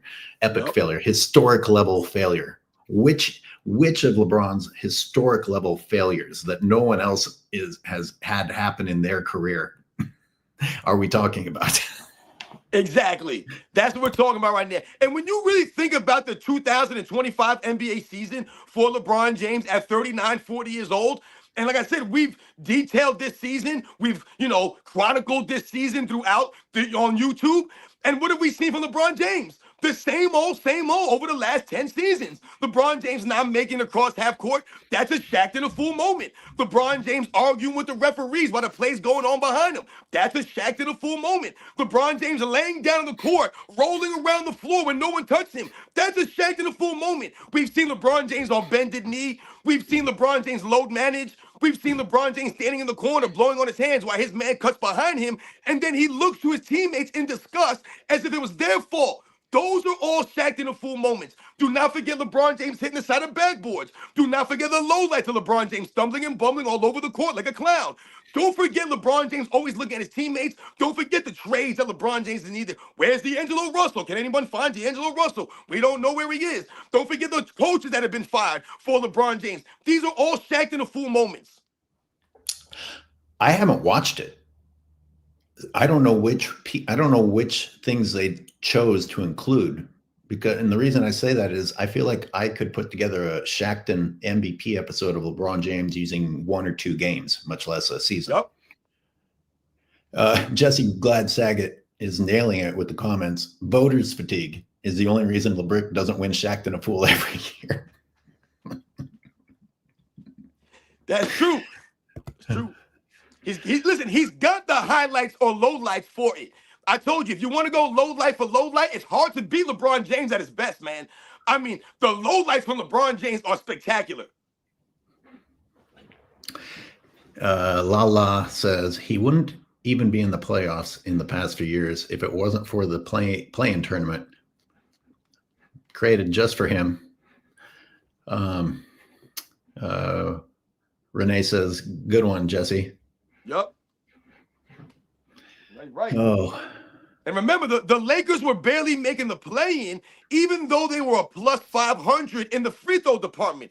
These are the kinds of advantages that we're talking about that LeBron James has gotten, and yet he still barely makes a play-in. Full Venom Jacket. Good to see you. Haven't seen you in a while. Send this illiterate clown to the big three already. I can't wait to be excited for my Lakers to draft the next homegrown great. I'm sick of this glory hunting mercenary. Hashtag not top 10. Yep. Hey, and speaking of, they were talent cultivating before LeBron got there and just had to throw it all out the window to appease him. Where's Don Connect? Where was Don Connect in the playoffs?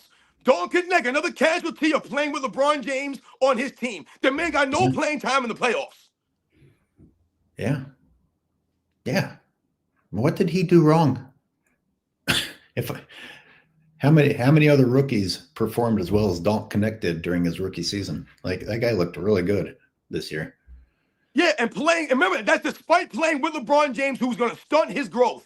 LeBron James stunts these guys. Remember during the early part of the season, guys, when the Lakers were looking like a decent team and Anthony Davis was an MVP candidate. He was top 5 scoring, top 5 rebound, top 5 shot blocks. Don Connect was a Rookie of the Year candidate early in the season. But what happens throughout the season? LeBron James stunted Anthony Davis by shot jacking and going crazy, not playing defense, and he stunted someone like Dalton Connect.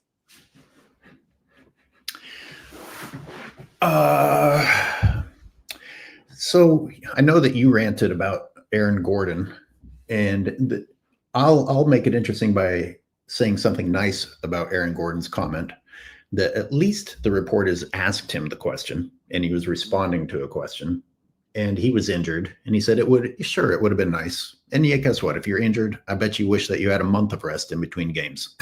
But the interesting thing is, because you're a sports and fitness guy, and we both remember when we were driven by our coaches to do things that at least I can't imagine doing now.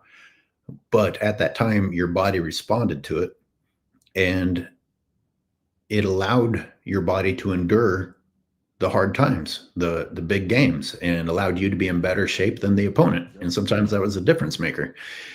And again, we hear about these guys need more rest. Well, they get more rest every year, and we see more injuries every year. That's not very good evidence that you need more rest. And you also have the old guys that, LeBron fans want to say look very unathletic, who somehow, being that unathletic, were able to endure more. They had less time. They played more minutes. They had to play both sides of the ball, which I can't believe I even have to qualify that. Of course you did. It's not football. It's not special teams. It's basketball. Right. But I didn't hear very much of your rant. What set you off the most?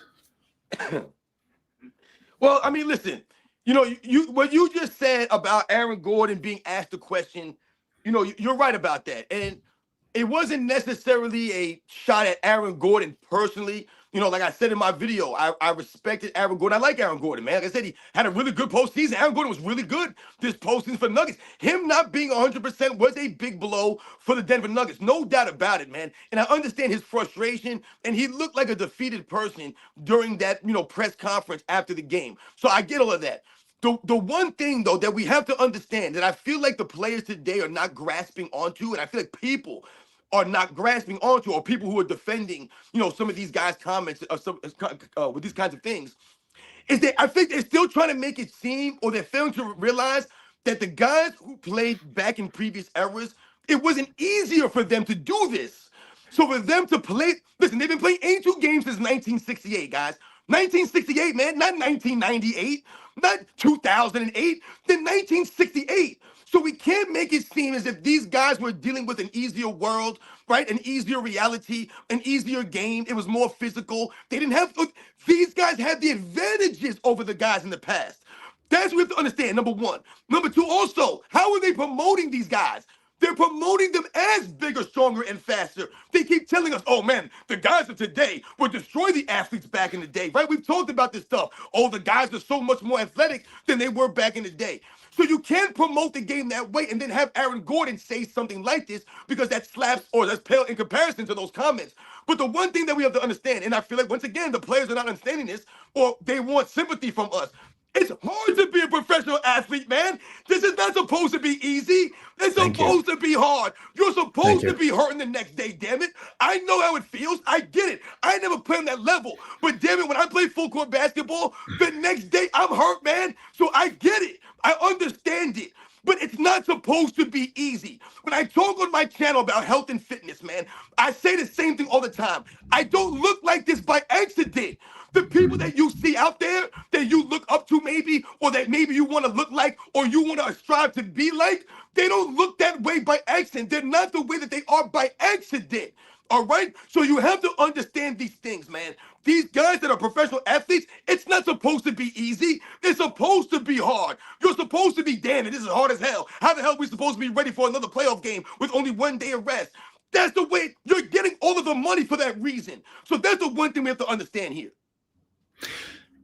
I did a video on this. It may be 2 years ago already because of this crying about needing more sleep or rest. And it's the entitlement thing again. We're in the age of entitlement. And I thought the exact same thing as you. When did we get convinced that these guys are owed long careers? You're using your body in war for your career. And you're getting paid a lot more money than other people do because you are going to have a shorter career. You are physically using your body to make your money. So, and you make a shitload of it. So why on earth do people suddenly think everyone should have a super long career?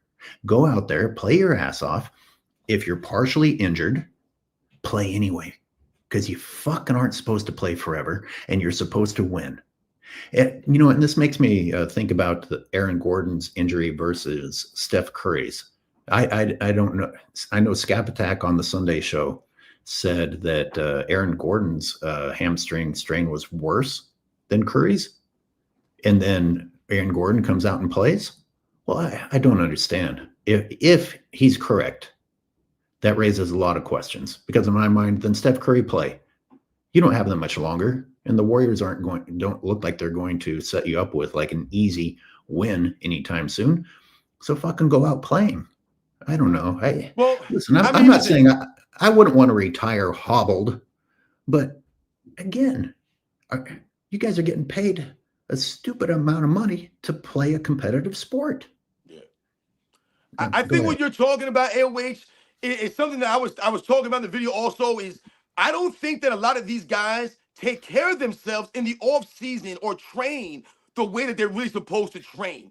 I don't really think that they take it that serious. And I think a lot of these quote unquote trainers that these guys hired, that they have, I don't think these people are really that qualified. And I think all they have is paper qualifications. They have paper resumes. They have these certificates on paper. But I don't think that they're really worth a damn as far as training and understanding what it really means to be fit and to be in shape and have a professional athlete ready for the rigors of an NBA season, man. So I think that's what you're also. The thing about Steph Curry with the hamstring versus Aaron Gordon, it relies on athleticism. Absolutely. I get that. But when you think about Steph Curry's game, the only way that he could be effective is how? When he's running all over the place, coming off screens, moving without the ball, doing Steph Curry stuff. And to have a hamstring injury, it just probably wouldn't allow him to do those kinds of things. And I'm not saying that Steph Curry was, weak or, pain thresholds are different for different people. That was what we're talking about. When we talk about the older generation guys, and we were going to talk about the FYF comments and how he talked about how these guys didn't necessarily lift weights back in the day because they were scared to hurt their jump shots or hurt their overall movement on the court. that once again gives more credit to those guys then. So they weren't necessarily working out or exercising like these guys have the advantages to do today, but yet still those guys were still available more often than these guys are today. So that speaks to the level of toughness that those guys had. And once again, a certain sense of obligation and a certain sense of love of the game. We've talked about this before, LH. The reason why people like us are still playing sports, a lot of you guys out there in the chat are older than I am. I'm 44 years old. I still play full court basketball regularly. Why do I do that? I'm not getting paid to do it.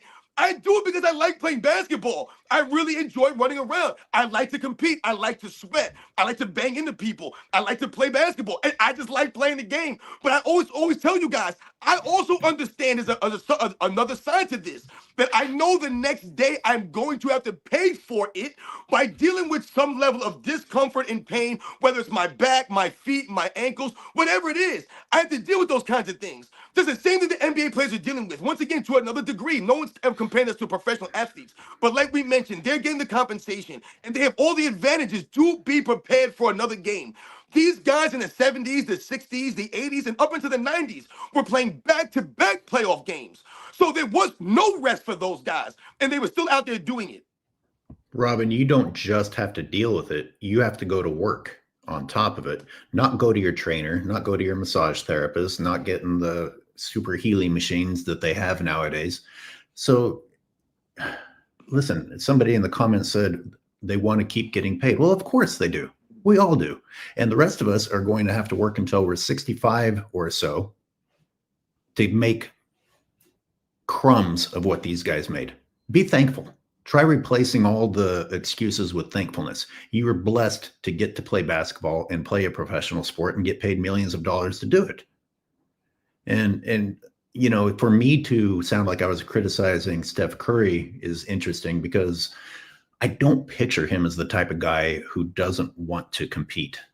But I was very confused about the different levels of hamstring injury and seeing what Aaron Gordon was able to do, and whether or not we even know whether to believe what they say the injuries are. Like maybe Steph Curry's injury is even worse.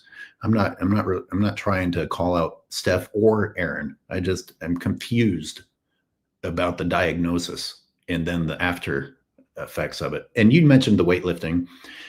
FYF really goes out of his way to find ways to hate on the old school, while then, of course, we'll complain that people criticize today. I'm older than you. I don't know if you remember this, and it's partially because I grew up in a small town, and it's also because of how old I am. Weightlifting was not common at the beginning. It was introduced. Weight training, resistance training was introduced to people. So FYF specifically said these guys were uneducated. Okay, if anyone's uneducated, FYF, it's you. But to try and go that route of like making them sound like they were dumb, it wasn't around. So you're going to need to say everyone was dumb. Like you'd see the weightlifters on the magazine covers and they looked like they were from another planet. You're like, what the fuck is that? But I remember guys actually being worried about affecting their shot if they lifted weights. And why wouldn't you be? I mean, and if you... Sports and fitness rants, you can't tell me that you haven't had a hard workout and then tried to play basketball right afterwards and your arms are jelly and you're like, okay, that did affect my shot. Obviously, they're talking about long-term affecting your shot. Well, again, it's not that weird for people to say that it might affect their shot when all of a sudden this new training routine and they get a lot stronger is introduced to their lives. And again, I emphasize, it was introduced. We didn't even have weight training until I was in high school. We didn't have a weight room until I was in fucking high school. and listen, maybe we were just behind, but I doubt even in small towns that that's been true for the last 20, 30 years. You know, like it became standard. Everybody changed because the concept was learned about. Everybody got educated together. That's just time. You don't get to call people in the past dumb because they didn't have the privileges and the advantages of the things that you have now. All right, go ahead. You know, it's like, I don't think people really understand what we're talking about here. When I'm talking about the world being harsher and harder for these people back in the day, our fathers, our grandfathers, even the people before them, I'm talking about everyday simple tasks. So what we're alluding to here is the reason why a lot of these guys are weak in the way they are today is from an early age. So when we say these guys didn't lift weights and why it wasn't prevalent is because you didn't need to lift weights because your everyday life required you to use your muscles in a way that children and people don't use their muscles today. So when you look at people in society, they have a similar look. People, I call it soft. Everyone looks soft now. They don't look like they have any musculature, like they've ever used any of their muscles. They look soft. And why is that? Because you're lazy. Everything is comfort now. So what am I talking about, Robin? Let's go back to when we were kids. Let's go back to back in the day when your father was growing up or your grandfather was growing up. A lot of these people walked to school. They didn't get driven to school. They walked to school. So what are you doing? You're using your leg muscles. You're using muscles that we're not using today. A lot of these people had jobs early on that were manual labor jobs. So you're working with your hands every single day. When you think about playing as a child, you had things like monkey bars. That requires strength. You're pulling yourself up on monkey bars.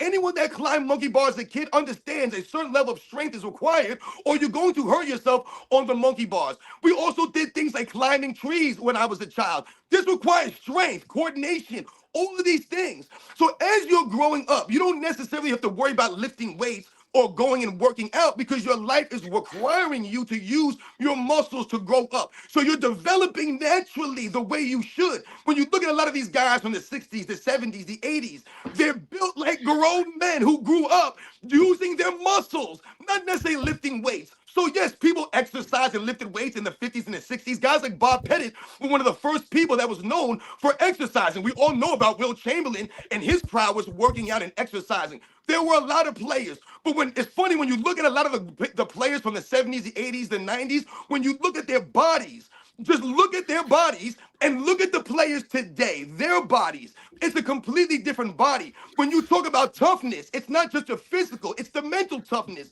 You think that it doesn't take for some kind of mental fortitude to climb up on a high monkey bars or to play a game like dodgeball with older kids who are pummeling you? This takes mental fortitude and toughness when you're growing up, scraping your knees out there on the court, scraping your knees when you're riding your bicycle. Kids don't ride bikes anymore. They don't ride skateboards. They don't do any of this stuff. So like I said, our parents, our grandparents, the people back in the day, their lives from day one was a lot more physical and harder. That's why these guys were tougher. Yes, sir. I rode my bike, walked, ran to school. Man, today they fly past on the sidewalk on these electric things trying to kill you. They have no respect for people. They're about to run over old women on these electric things. And of course, they're all obese. I'm like, you need to be using your leg muscles, not riding this electric thing. Anyway, enough old man complaining. We have 93 Zay hopping on for a little bit. Good morning, Zay. What's going on, fellas? How y'all doing? I just tuned in. I didn't get the notification y'all went live, man. Oh, okay. Oh, well, then we would have to start over for you to know all the shit we already complained about, huh? Yeah, what up, Zay? Sure. What's going on? Sports and Fitness Rants, my brother. Yes, is there going to be a W for the Knicks tonight? I know they're in trouble, man. That's what I want to know, man. That's what the streets want to know. I see. Hey, yo, everybody. Yo, it was funny, man. Last night, King's speech was, he was still down in the dumps. Yeah. Are y'all down in the dumps in New York? Y'all woke up and prayed to a Biggie photo this morning. What's going on, man? What's going on in New York today? How's the weather? The Knicks are in trouble right now. You know what? I was thinking, I remember when the Knicks went up 2-0 on the Chicago Bulls in 1993. Yo, everyone in New York was going crazy, man. They were going nuts. And I remember one of my neighbors. He was a huge Knicks fan, and he was mad nervous. He was like, yo, I don't know, man. You know Michael Jordan's going to get mad. You know what happened when Michael Jordan gets mad? He was scared as hell, man, and that's what happened. We was riding too high. We were too confident, man. No, my bad. Go ahead. They were tearing the city up. I made sports and fitness suffer through the Knicks thing at the beginning of the show. You're making them go through it again. double punishment. It's funny because before the series, y'all were so geeked. All y'all wanted to do was beat the Celtics. And they're like, oh, Knicks in 5, Knicks in 4. Oh, we going to the championship. We win in the ring. And now you're down 0-2. They came into the Garden in Halaban. Just Halaban let it off, man. Hey, You already got spanked for that once, didn't you? He's still going. He's still going with it. You know what's crazy, man? Is my dad is actually rooting for the Pacers, man. He likes Halliburton, man. So it's really been funny, you know, because I was over there the other night watching the game, man. And my dad, you know, said we grew up watching the Knicks, man, room for the Knicks, but he likes Halliburton. He likes Halliburton. Yeah, he said he reminds him of my youngest brother. I want to see you and your dad in a shouting match, man. Bro, man. No way, man. I'm scared of my dad. Mason says SGA better tighten up his crop top for game 3. They said the reason why he lost is he took the sports bra off. That's why. Oh my God. Oh my God. He needed his superpower, the sports bra. Hey, somebody said that you called. On? There's somebody I think is full of crap in the comments talking shit about you, Robin. But they said that you called Giannis fat. There's no way. I don't believe that you said that. Did you call Giannis fat? Who said that? I'm not going to acknowledge them. He's obviously just some hater. Hater, yeah. Magic word. Giannis is one of them guys that keeps himself in shape. Hey, Captain Siakam, man. Well, y'all have an answer for. Are y'all going to start Mitchell Robinson today? Yeah, I heard some whispers. They were talking about benching Josh Hart for Mitchell Robinson. But see, Mitchell Robinson sometimes, these guys, Karl Anthony Towns frustrates me. Mitchell Robinson frustrates me sometimes because both of these guys, sometimes they're just like goofs out there, man. Yep. I told y'all about Cat. Y'all didn't believe me. I know Cat, man. Oh, Cat is doing the same thing Julius Randle be doing. Hey, Randle at least showed up in 2 of these games. That's true. You know, they both showed up last night. It was a beautiful thing to watch when the referees aren't involved. You see who he turns into. SGA turns into a fry cook. That's as simple. Yeah, it's just that simple. Yeah, no, I don't like the comparisons to Kobe Bryant. I'm not feeling that. My God, disrespectful. Yeah, I see a lot of that. I'm not into that. Hey, Zay, email me King Speech's email, and I'll invite him on if he wants to hop on. Yeah, man, King Speech ain't never sent me. Hold on 1 second. Let me see if I can find it. Or you can. I'm angryoldhoops@gmail. If you want to email me, anybody. I saw Zay was talking about that Shaqtin the full MVP too. Oh, I could send him the link. I got his number. I'm gonna just send it to his phone number. Yeah, Zay did a video on it. On what? The Shaqtin MVP. Oh yeah. Yep. What was I about to say? I'm sending. We got until speech right now. There we go. Let's read the super chat from Sonny. MJ in 1990 was concerned about weight training affecting his speed and jumping ability. There was a news report. Well, again, listen, those of you, I don't know if what direction you're going with that, but I already admitted, Zay, you weren't on yet. I'm old. Weight training was introduced to us. Weight training was introduced to us. You know, no hiding. We didn't know about it. And when you're an athletic freak like Michael Jordan, who can basically fly, there's a pretty good reason that you don't want to break or fix what isn't broken. You know what I mean? Right. Yep. Anybody familiar with that term? You don't fix what isn't broken. I can sympathize with that. Jesus Christ. How much more did Michael Jordan need to improve? Well, obviously the Pistons beating him up. He needed to put on some weight, and it turned out great. But I'm just the people who have the advantage of today's knowledge, and everybody lifts weights and everybody knows about supplements and has all of these supplements. You don't get to clown people for having a little bit of suspicion about something that's introduced. All of these supplements. Sorry, y'all. God damn it, Zay. Don't ever do it again. I mean, listen, like we were saying, if you're training the right way, that's the key here, man. Like I said, everyone thinks they're an expert now. I see a lot of these trainers with these players, they're trying to reinvent the wheel. When you look at the training that Michael Jordan was doing, what Tim Grover had him doing, he had him doing traditional exercises, man. This is what he was doing, strength training to become stronger. So that may not necessarily inhibit your overall game. to become stronger is not a bad thing. A lot of times, like I said, I don't think these guys are training the right way. I don't think that they're exercising in a way that's going to help strengthen their tendons, their ligaments, their connections with their muscles, all these kinds of things to make them better at the sport that they're playing.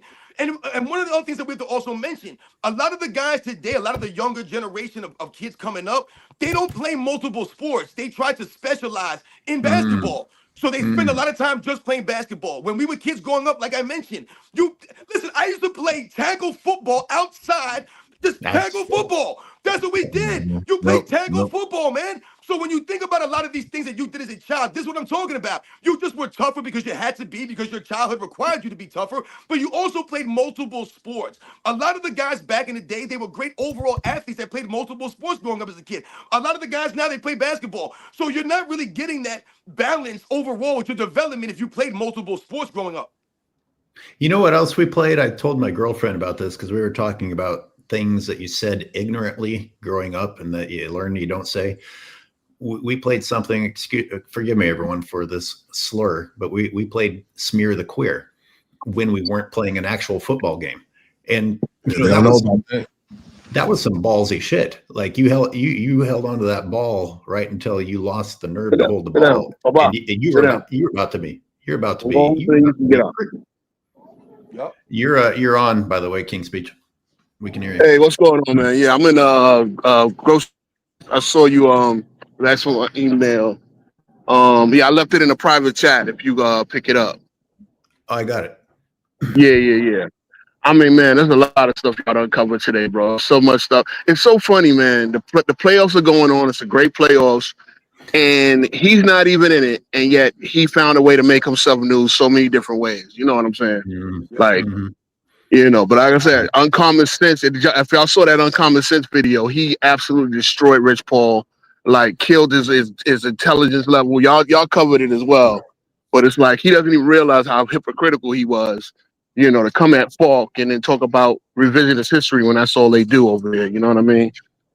So, you know, yeah, look, as far as the Knicks, bro, Zay, bro, like I said, that Biggie poster that you had on the wall, that reminded me of Reservoir Dogs, right? Sheik's verse. You know what I'm saying? Taking shots at Louis to our fall. You know what I mean? That's how we coming in tonight, man. We coming to Indiana, ready for war. Like, it's not over yet. So, you know what I mean? New York people are different human beings.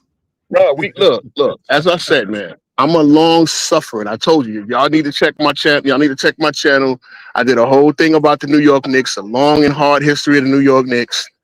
And, you know, it's been hard, but you know what? At the end of the day, look, the Final Four, none of them have won a championship since the 70s. And even the Pacers, the only one that won a championship were the Pacers, and then OKC were the Sonics in 79. So eventually, you got to just break through. You know what I'm saying? We're in a hole right now. I believe we're a better team than Indy. Look, Indy got a really good team, but I believe we got a better starting five. I believe we until now we finished games better. You know, OG Anunoby, you still need to dribble out that clock. Like, why did you go up for that dunk? If he dribbles out the clock or waits to get fouled, there is no overtime. There is no Halliburton shot. You know what I'm saying? But it's what it is. And like I said, I call for Tibbs' head either way because this is the problem. Tibbs is the coach that got us here, but we're gonna have to get somebody to bring us to the next level. It seems, you know. And even if we do, you know, I was sitting there. Yeah, I was sitting there like, yo, let me tell you something. See, while you giving Halliburton all this credit, Ben Shepherd has turned this series around. Ben Shepherd, I don't even know his first name because he not only hits clutch shots. He not only hits clutch shots, he also pounds Jalen Brunson. You know, and this is my point. The same way you guys went to Shannon last night, Tibbs don't go to these guys that could come in and actually change the course of a game, you know? And that's been my issue with him. So, you know, we'll see tonight. He's making a lineup change apparently, so we'll see what happens. So Jimmy James. Oh yeah, appreciate it.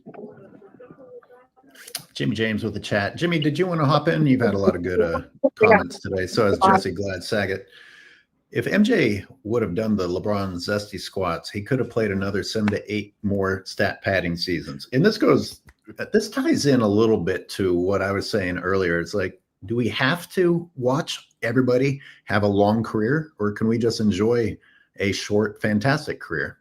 I don't know if you guys heard, I was saying, and we could do a yes or no answer. Let's just keep it short. Do you think it would be better for, let's say, a Steph Curry to play through an injury for his last couple of years, or to try and extend his career 5 more halfway years?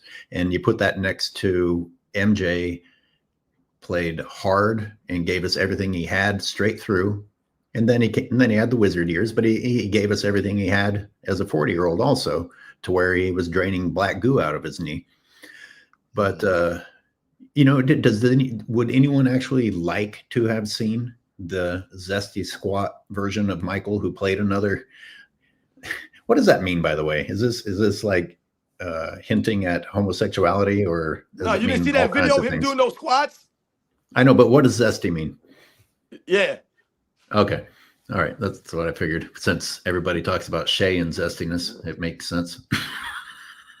I can't get that billboard of him outside my hotel window out of my head and just staring into my bedroom with his sex bedroom eyes. Speaking of, did y'all speak on LaForty James and Aaron Rodgers? No.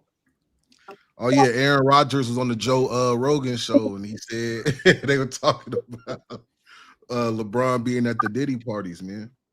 No way. Yeah. It's trouble. Fanboys are in trouble. Fanboys. You're in trouble. Not good, man. It's not good. Aaron Rodgers said his name too. He said, "Hey, I could just play the. It's a quick. Wait, so Aaron Rodgers was there too?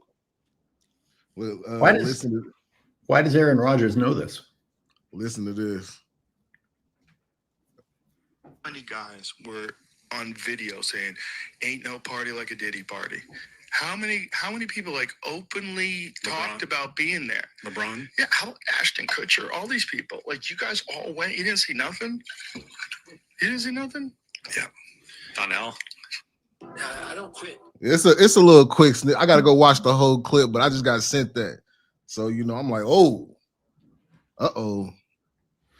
Well, we got to be better than LeBron fans and hold off on speculation and wait until we have the facts. I mean, I'm not defending LeBron James, but until we LeBron said it. He did say it though. He did say it. Oh yeah, he said that, but that's different than being on video doing something. I mean, I'm not defending him. He said there ain't no party like a Diddy party. I want to know why LeBron James would say that there's no party like a Diddy party, because that either lets me know one or two things.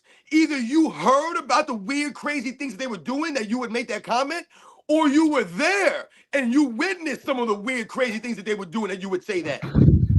Why couldn't he just be kissing Diddy's ass while they were on a FaceTime together or whatever that was? When you say it the way that he said it, and you see the face that he made, and you see Diddy's reaction to LeBron James saying it. See, this is what we talk about when we talk about context. This is the context. Look at Diddy's face. Look at LeBron James' face. Look at the way he said it. Okay. They weren't bobbing for apples at that party. They needed IVs. Once again, shout out to anybody out there in the chat that ever bobbed for apples. Once again, you won't see people doing that these days. They might drown, right? Yeah, think about all the germs that we used to get bobbing our mouths and the same thing as everybody else. That is pretty nasty now that I think about it. That was our childhood. That's why we were tougher. Our immune system was tougher. Well, then maybe we have a parallel to draw here. You try and protect these players from playing sports that are going to have their bodies ready to play sports, and then they get hurt. And you try and protect all these kids from germs that would help them have an immune system against germs, and they all get sick and die. Or then again, their parents are feeding them poison also, so that's not helping anybody.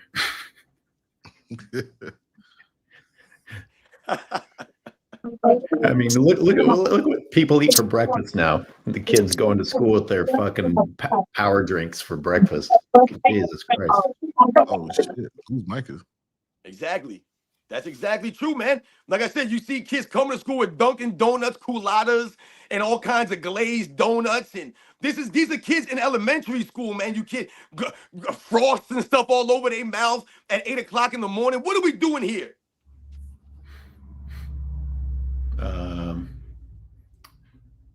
The Jesse Glad Saget, LeBrick fanboys bob for apples in hot dog flavored water. Wow. God damn, Jesse. God damn it. Hey, Zay, people are expecting a belt to ass video based on yesterday. Yeah, man, it's just been a lot going on this weekend. You know, been trying to get time. I'm just in asking. I was just going to ask people if one was coming, so they know. No, I didn't plan on it today. Okay, no worries. These games are just. I'm streaming the games. We're going crazy on the streams. Me and King's speech should be on the stream later on for the Knicks. You guys are more than welcome to join, of course, most definitely. Definitely you, Robin. You even got Knicks colors on today. I told you, I have disassociated myself from the New York Knicks. I'm not doing any videos. I'm not talking about them. I'm not wearing my Knicks gear anymore. I'm done. Every time I do, they lose. Every single Listen, man, I was at my brother's house 2 years ago when they were going against the Miami Heat in the second round. And I was like, yeah, the Knicks going to get the Miami Heat, man. They going to get the Heat, man. We was talking trash, man. We was all hyped up. They never won a game after that. Not a single game after that. You just had Knicks colors on last Sunday, not even 7 days later. Can't do it. I'm jinxing them. I told you, it's Patrick Ewing's fault, man. He had me all hyped up. Who is this Shadur Samor? Is he a dedicated hater of your channel that's followed over to here? I don't believe this. He says that you said SGA was Michael Jordan of the present. Did you say that? I have no idea what they're talking about. Listen, they know that I got the facts. The only way that you can stop sports and fitness rants, and I'm not trying to speak of myself in third person, man, is once again, you have to lie and try to bend my words, man. They know I got the facts, man. SGA, he ain't close to Michael Jordan. I ain't never said nothing like that. You crazy? That's what I figured. Man, what do people think they're gaining by coming over here and just typing lies? You're fucking crazy. It's all documented. It's all documented. So if he said it, find the clip. It works. You know what I mean? Exactly. As Sports and Fitness says a lot, these guys will never make their own video. You know what would happen if you guys went out and looked for evidence and tried to make your videos? You'd come across evidence. And it's not evidence that any of you, it's not what any of you all want to see. It's not what Nick Wright's telling you. The world of Nick Wright is not the real world. So keep your eyes closed. Keep your eyes closed and live in your little world. I apologize for the background noise, guys. I'm walking to the store, so there's a lot of. I'm in New York. I'm in the Bronx, so. You're gonna be walking to the cemetery tonight. Come on, see, Zay is funny because Zay was just as nervous as me, and then his T-Wolves came out and did what I said they supposed to do in game one. Take the rock to the basket, attack them boys, and he got a good win. And now he's just throwing shots. Now I was supporting him, and he don't believe that we can do it. I'm not saying we will do it, but we definitely can beat these boys tonight. I'm just saying. Mob bosses used to say back in the day, like, hey man, you going sleeping with the fishes. That's where you going tonight. That's where the Knicks going sleeping with the fishes tonight, man. You in that casino hate boat with the Knicks. I get it. I understand, man. I get it though. I really do. I apologize to everyone who's getting on now because we got through most of the content. We're just I don't know if we're in the weeds or we keep picking on poor Robin, the New York guy suffering. We're talking old head stuff. We were talking old head stuff on Zay's live last night. And speaking of old head stuff, I am the algorithm says drinking water from garden hoses made me a heck of an athlete. You know what we did? You know what we did at football practice? They had a hose at the end of a big long PVC pipe that had holes drilled in it, and we all just like went up. So we were all drinking this. Everybody's spit as you go down the line, basically. I've seen that. Yeah, man, we had triple sessions, man, in the burning heat. my high school football team, like I said, I remember a lot of this stuff. Like I just said, like you just had to deal with a lot more back in the day. Like I said, I refuse to believe that the people have it easier back in the day than they do today, man. It's just insane. Yeah, it's insane. Having to hang your clothes up and shit. You know what I mean? Word. Mason,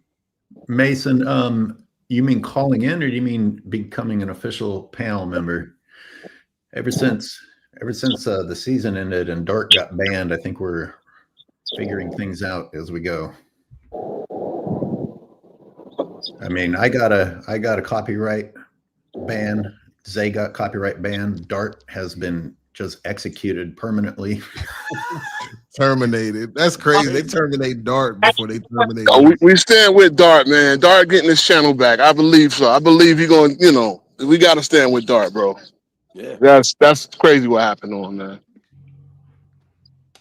For real, man. It's crazy. It is. Oh, Mason wants to call in. What do you want to talk about, Mason? I'm at my end. Yeah, I gotta get going though. And I might do another one in the afternoon, but I gotta go get some exercise and get some beer for the game. Zay, you're going live. You're calling the game live today, right? Yeah, me and King's speech. We're gonna see King's speech. We're gonna have an emotional, meter. Like I said, I've been through the 90s. You gotta understand, man. I've been through Reggie. I was right there. I've been through the Reggie. I've been through the Alonzo Mornings and the Jordans, man. I've been through that. This is nothing. Halliburton is like. I mean, think about Thanos, right? Jordan was Thanos. Halliburton's like Loki. Okay, like in terms of villains, like come on, bro. Halliburton is 150 pounds of horror coming through New York. We're gonna get our Hulk out, puny guard. That's what we're gonna do, bro. We're gonna get our Hulk on with Halliburton. It's all good. I like the confidence. It's gonna be the funniest stream, y'all. I promise you. If the Knicks lose, this will be the funniest stream. So, see, and then Zay is mad at me. Zay is mad at me because I told him, and you would agree, AOH. They went belt to ass, right? But it's only one game. Don't get too happy because OKC. Well, sure. I was still, either way, going into that game, I said, "Look, man, this is it, Ed. This is it.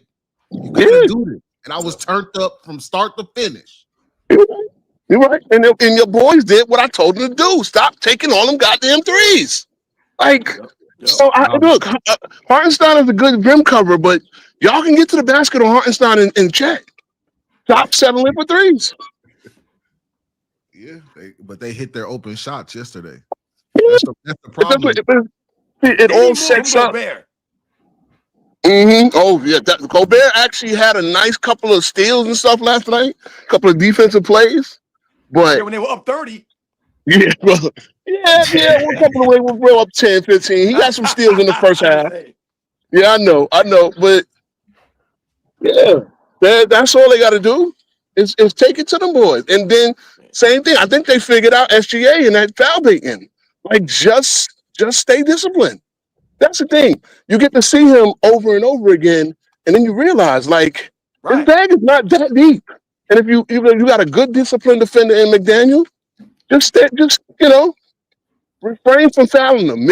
Or give them something. If you're gonna foul them, actually foul them. Don't get a little touch. Yeah. Mm-hmm. Yep. Yeah, that's what they did. They knocked that good at his ass. The call-in link is up, by the way. We'll take maybe one or two short ones, and at least Robin and I have to bounce. And remember, everybody, Zay and King's Speech are going live for the game later. And we have McZuggins. McZuggins, how are you doing, man? McZuggins. McZuggins, you're on. Big Zuggin. What up? Zuggins out. Try again, McZuggins. Man, hey, SGA going for 30 free throws next game, though. He definitely is. But, hey, he was the leading scorer last night with 14 points. Come on. No. Mr. That's MVP. crazy. He only had one regular season game where he scored under 20 points. He's had 3 this playoffs. But see, this is what I'm talking about. How can a 68-win team get beat down in that fashion? That's insane to me. Yeah. This is complete insane. That was the worst playoff defeat in their playoff history. 68 wins. Yeah. Because you forget they still have the Sonics history still, technically. So this is the worst beatdown in that franchise's history. Get Down says he didn't. Get Down says he didn't even try to score. Is that true? I wasn't watching. I was after the first half, he was done. This was the largest margin of defeat in NBA history for a team that won at least 65 games. Wow. Yes. You know what's interesting? Rob, oh no, go ahead. With the summer coming up, are you going to have more availability to do more lives? Yeah, man. I mean, all I'll be doing now is housework, man. Like I said, it's the first summer in my new house, so I got a lot of housework going on. But yeah, I'll be available so we could do our thing this summer. Cool. My kids will be at camp. Yeah. Drinking out of hoses. Drinking out of hoses. Running around in sprinklers. McZuggins, you're on again. Hello, can you all hear me? Yes, sir. Oh, fantastic. How are y'all doing? What's up, man? Happy Sunday. You as well. I just wanted to toss out a thing that's come up a couple times, and Zay, I know I was so excited to see you covering that Steve Nash training routine of greatness or whatever the hell that was supposed to be. Yeah. So I'm excited for that later this week. But he makes a comment in that's been going around. I don't know why it's gaining popularity the last month or so, about that whole thing about, well, they didn't have the scrutiny back then. They didn't have the televised games back then. They were less televised. So that's not fair. And, we only look, the idea being that we only look worse because you see us play way more often compared to before, right? This sort of thing. I got curious about that a couple weeks ago and went and go look, because I remembered every day on the news back then, they would talk, even if it wasn't televised, they would talk about what happened or the box score. There was always news articles. There was always commentary on it, even if the game itself wasn't televised. So sure. I got curious and I went and looked back, and I just did a basic, I'd say it's a margin of error, maybe I don't know, maybe 0.2 or 0.3. I didn't break down every single game. But just as a basic, just looking through some of the seasons, the variance in their performance is 20 to 30% worse now for stars now, over 30% for most seasons for LeBron James, than it was back then, even just going off the box score. Even if you don't look at it at all and don't compare the games, the way the game was played, they have abysmally lower lows and then also some higher highs, but they're less consistent, not more. And that's even when they play all 82 games. The one season LeBron James played 82 games was 2017, I think, 2017, 2018. That season, he had a 30% higher, it's like a volatility score, 30% higher variance in his performance night to night than Jordan did at 82 games, 95, 96. But then you look again when it's 55 games or 60 games or 72 games, and it's the same. So the load management doesn't even do anything for that at all. So I don't know. To me, that just screams that that's just clearly risk management. It's got nothing to do with performance. It's got nothing to do with anything. It just has, there is no basketball argument to it whatsoever, and they are clearly less consistent now than they were then. And that's the thing with LeBron, is that his game, it's random. If you go and if you look at Michael Jordan, you look at Kobe, you knew what spots they wanted to get to, you knew what shots they wanted to get to, what how they were coming out of the triangle. But when you look at LeBron's game, his the way he scores is just so random. That's why his scoring nights are up and down, because he doesn't have a go-to move. He has to kind of fill out the game in order to score. You know what I mean? And that's not necessarily going to end up winning you championships because, you know, he's lost 6 of them. But no, they say it'll win because it'll save you for May, right? It'll save you for the playoffs. That way you'll have more energy. And then what do we hear this year? Oh, fatigue. We just have no energy. That's all the problem is. Like, oh, okay. How's this working out for you? Good stuff. When you say when they start talking about Steve Nash, you said Steve Nash said something about we only look worse because we are on TV more often. No. Hang on. No. Steve Nash was talking to LeBron James, and LeBron James echoed this again. He was the one who said that. Well, you forget that in those days, those games were not televised as much as now, so they weren't looking as hard at them, implying that we only remember them of being so great back then because we didn't get to see them a lot. Yeah, but if you look at the damn box score, that's false. They're more consistent. They do better. Yeah, I was about to say that might be one of the dumbest things I ever heard in my life because, when we talk about the guys, for example, what do we talk about? We talked about the All-Star game, right? We've talked about the All-Star game over the last several years. And what did we talk about with the All-Star game? We talked about how these guys are out there lollygagging, they're not really playing the game. So we talk about in relation to the past All-Star games. We're not misremembering the past All-Star games. We watched the past All-Star games. You can go back and watch the past All-Star games right now, and what you'll see is what we're talking about. You'll see guys being called for travel violations. You'll see guys being called for carries. You'll see guys fouling all up and down the court. You'll see guys fouling out in All-Star games. You'll see guys having 3-second calls being called on them. You'll see 24-second shot clock violations happening in the All-Star game. You wouldn't dare see any of those things today. So we're not misremembering a goddamn thing out here. So when Steve Nash or anyone will try to say that, people are being seen more today or the guys weren't being seen back in the day as much, so we're remembering them for being greater. No, we remember them from being more consistent. When you talk about the load managing guidelines that's set in the NBA, when you talk about the flopping guidelines that's being set in the NBA, why didn't they have those things before? Not because those guys were perfect. Yes, those guys flopped. Yes, some of those guys may have quote unquote load managed on games. Maybe they didn't hustle every single minute of every single game, but it was the consistency at which those guys did give effort, at which they showed up to the games. So they didn't have to have a requirement or a minimum put on them. It wasn't taken away from the overall game. The same thing with the All-Star game. It always worked as East versus West, not because we misremembered that way, because it always was that way. That's all they needed. Now they need gimmicks. Now they need a play-in tournament and in-season tournaments. It's nonsense. I would actually go further with it and say they're not televised and still putting up the same numbers. Like, what does that say about the attitude to win compared to now? If it's not televised, I'm either not playing or I'm going to put up, 10 points? Right. Right. They were playing to win. And you mentioned the stupidity of the televised TV thing. And when you say stupid, I think of FYF Sports. And he tried to jump on this and said, the only reason you guys don't know that Jordan actually flopped is because he didn't have as many televised games. And then it turns out that he actually had more televised games than LeBron in this era of the Lakers getting record level televised games.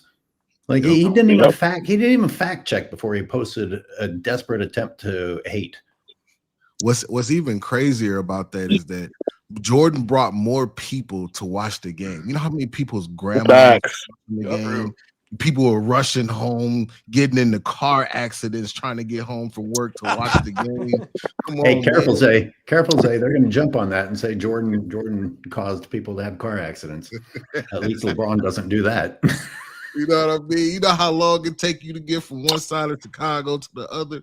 Man, come on, dude. Like, they have to stop. Hey, Nick Zuggins, I got to let Mason in here for a little bit. Cheers. Let's get everyone else. But thank you guys very much. Yo, thank you very much, man, for coming through. Good stuff as usual. Yeah, great points. And right before he comes on, Lulu mentions in the past, guys like McGinnis, Buck Williams, Anthony Mason, Kevin Willis, etc., were bulkier than any modern day players, which I've done videos proving that it's actually true. And since mentioning Anthony Mason, I'll use as an excuse to bring in Mason, who has been in our chats all day long. What is burning on your mind, Mason? Hey, can everyone hear me? Yes. Yo. Man, listen, I just want to say first and foremost, as y'all can tell, I am not a big fan of Shai Gilgeous-Alexander. enough. the thing about it is, I have to be honest, he is a really good player, but it's his antics on the court in and of itself to where it just gets me scratching my head to where you don't need to play this way. He could just play the game as honest as any superstar that's come before him, and no one will have any issues with him winning MVPs or the honors that he does. I mean, you just think of the first 2 games in this Minnesota series, where you'll have this dude who is literally feet off the court, diving into players to get free throws. I mean, it's ridiculous. And then you see game 3 when the refs aren't giving that entire team any of that leeway, and they're getting blown off the court. And I'm a huge Giannis, Jokic, and Jokic fan. And so even though overall my team is Knicks, by the way, sports fitness, we're going through it right now. We're going through it right now. I think Cat needs to take a seat on the bench versus Josh Hart for a little. No, but back to what I was saying though. So even in that Denver series, when I'm watching it, and Denver is an inside-out team. They really have been ever since Jokic started going on this tear. And you're seeing the refs aren't letting them play their game to the point to where people say Jokic is getting locked up by 6'5" guard. It's like, is he really getting locked up, or is this dude acting like Dora's backpack and jumping on him and squeezing him any chance that he gets? Literally. I mean, this shit's ridiculous. And then even when he's getting to the nail, right, you'll see multiple guards and wings grabbing up on him before Hartenstein or Holmgren is defending him. It's just like, even that 3-game stretch where he looked terrible, you can't defend it. He looked bad. But when you're watching those games, it's just, there's context behind why he is playing as bad as he has been. Because when you see an anomaly like that, you have to think to yourself, it's what is happening to where this player who's never played like this before is starting to play this way. Then when you start watching the games and you start to see how they officiate it, and then you look at SGA, how they officiate him, it's like, I can't respect it. I can't respect it at all whatsoever. You made me think about the excuse making cycle that LeBron fans make, saying, well, LeBron is doing that because that's the way the game is now. Yeah. Or it was Adam Silver's fault for softening up the league. And now we see, as you pointed out, SGA is a very talented basketball player. He doesn't need to be doing the things he's doing. But if you reward him for that behavior, then he's going to keep doing it. Now, he as a grown man can choose to not go that way. He can still choose to play the right way instead of try to go to the free throw line. But, again, we're just continuing in LeBron's footsteps. Blame someone else. Blame the league. And indeed, the league does deserve blame, because just referee consistently, and all of us will be happier, and players will be forced to play to their actual ability, rather than us doing what ESPN is doing and praising SGA for his ability to foul bait. I mean, that's where they go with it. Oh, he's guilty of foul baiting. Well, instead of criticizing it, let's now compliment it. Exactly. And he's kind of funny that you mentioned the ability factor, right? So you think of it with Michael Jordan, how his game improved from his rookie year to, when he was first called Air Jordan, and then his second three-peat, he was called MJ. And you could see the difference in terms of his game style as he got older, how he shifted more towards his fundamentals, and even in his Wizards years, which, by the way, if you actually look at Michael Jordan's Wizard years, before he cracked his kneecap, the man was top 5 in MVP voting that year. A lot of people don't realize that. Like, I would go back and look at the old games, and I'll even go and try to find old news articles to read. It's like, what people really think about Michael Jordan, when he played. And people were like, man, like, he looks like he's going back to his old Bulls form, and mind you, at the age of 40. Then when he cracked his knee, obviously once you're that old and you haven't played in a while, your body's just going to fail on you, but it kind of makes me think to where, let's just say if MJ didn't get hurt, how much would his legacy even have improved? And he wasn't going to win with that team. Everybody knew it. But it's the fact that at that age, he could have probably taken that team, which was really good defensively too, mind you. A lot of People don't remember that, at least before he got hurt, that they were really good defensively and they were young and they could run. If you take that team to the playoffs with a veteran and a bulldog like Michael Jordan, and the fact that he was as skilled as he was too, I mean, the sky's the limit for his legacy. And then I think of the progression of Michael Jordan from when he was younger to when he was older. Then you think of LeBron James. Like, think of any all-time great, right? And think of how their games have progressed. I think of Hakeem Olajuwon. That's one I think of a lot. Has LeBron James' game changed from when he was a rookie till now? Nope. Exactly. It really, what he learned how to post up in one summer, and it's still not that good. Nope. Speaking of that, did y'all see on Common Sense's video when he was taking a video of him getting tutored by Hakeem? And Bron just, like, when it was LeBron's turn to do the post up moves, he was not doing it anywhere like Hakeem, and he could see that. He was doing nothing. Like he got the concept of playing with his back to the basket, but Hakeem was showing him just how you had to do it with grace. Just spin naturally. Let your body. LeBron has to hit your shot. It was ugly. It was ugly. Common Sense was. He's on the road right now, bro. LeBron has always had terrible footwork, and that's part of the reason why he can't dribble. And that's also the reason why they make the traveling rules lax, to where you'll see these players hop stepping, two stepping, moonwalking to the rim. And they don't call it. But it's like, well, where does this come from? Well, in the face of your league, he can't dribble at all whatsoever without legitimately having to take 3 steps. He's like a football player on the court. Well, then, of course, they're going to make the rules more relaxed. Or you even think of, and this is part of the reason why Roy Hibbert went down the way that he did. You remember the vertical rule change that happened? Meanwhile, right before Miami started winning? You know, it's like that vertical rule, it's ridiculous. In my opinion, it was ridiculous to even change that rule, because you gave such an advantage to the offense, and especially towards a slasher like LeBron James at that point in time, to where how can you really even contest at the rim at that point? You know, then that's where you start to see a lot of the traditional 90s style kind of bigs, or mid 2000s kind of bigs, transitions to these stretch 5 toothpicks that we see now. Hey, Nick, I see your comment. You're too late. We've been on for over 2 hours, and Robin and I have to go, and Zay already bounced out. Mason, that was a great call. I appreciate what you brought. Good stuff. Yeah, man, that was great.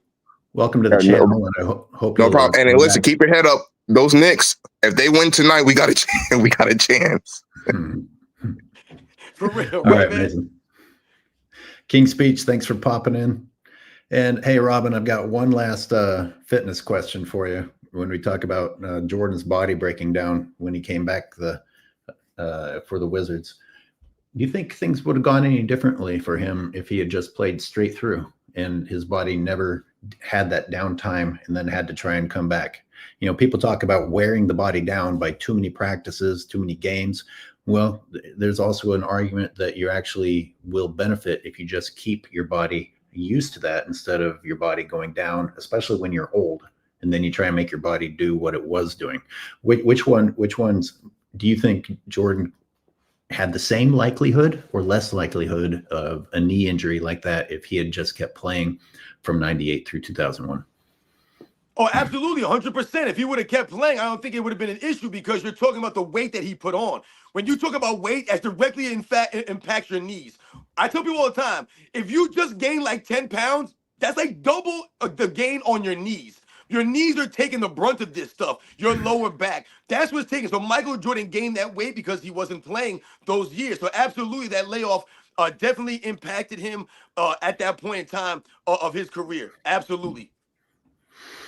You know, think about it. Yeah. Like, you know, when you get older, like now, like if you're playing a basketball game, let's say, for example, and you play a full court game, let's say, right? When you come off the court, let's say your team loses. When you come off the court, what's the worst thing that you can do at this point? Sit down and just lay down, right? You get all stiff. So a lot of times, I know if I lose the first game and I got to wait for the next game to start, I'll try to stand on my feet and walk around and stay loose. Because if I sit down and I lay down too long and I wait for the next game to start and I get up and try to go, it's going to be hard. I got to get moving again. So that's kind of like Michael Jordan at that point in time of his career. If he would have kept playing throughout that time, it would have been a lot better for him. even if you stay active, if you're active in a different way, it could be detrimental. For example, I have a harder time finding quality pickup games, so I jog. And guess what? Jogging is not the same type of training as playing a basketball game.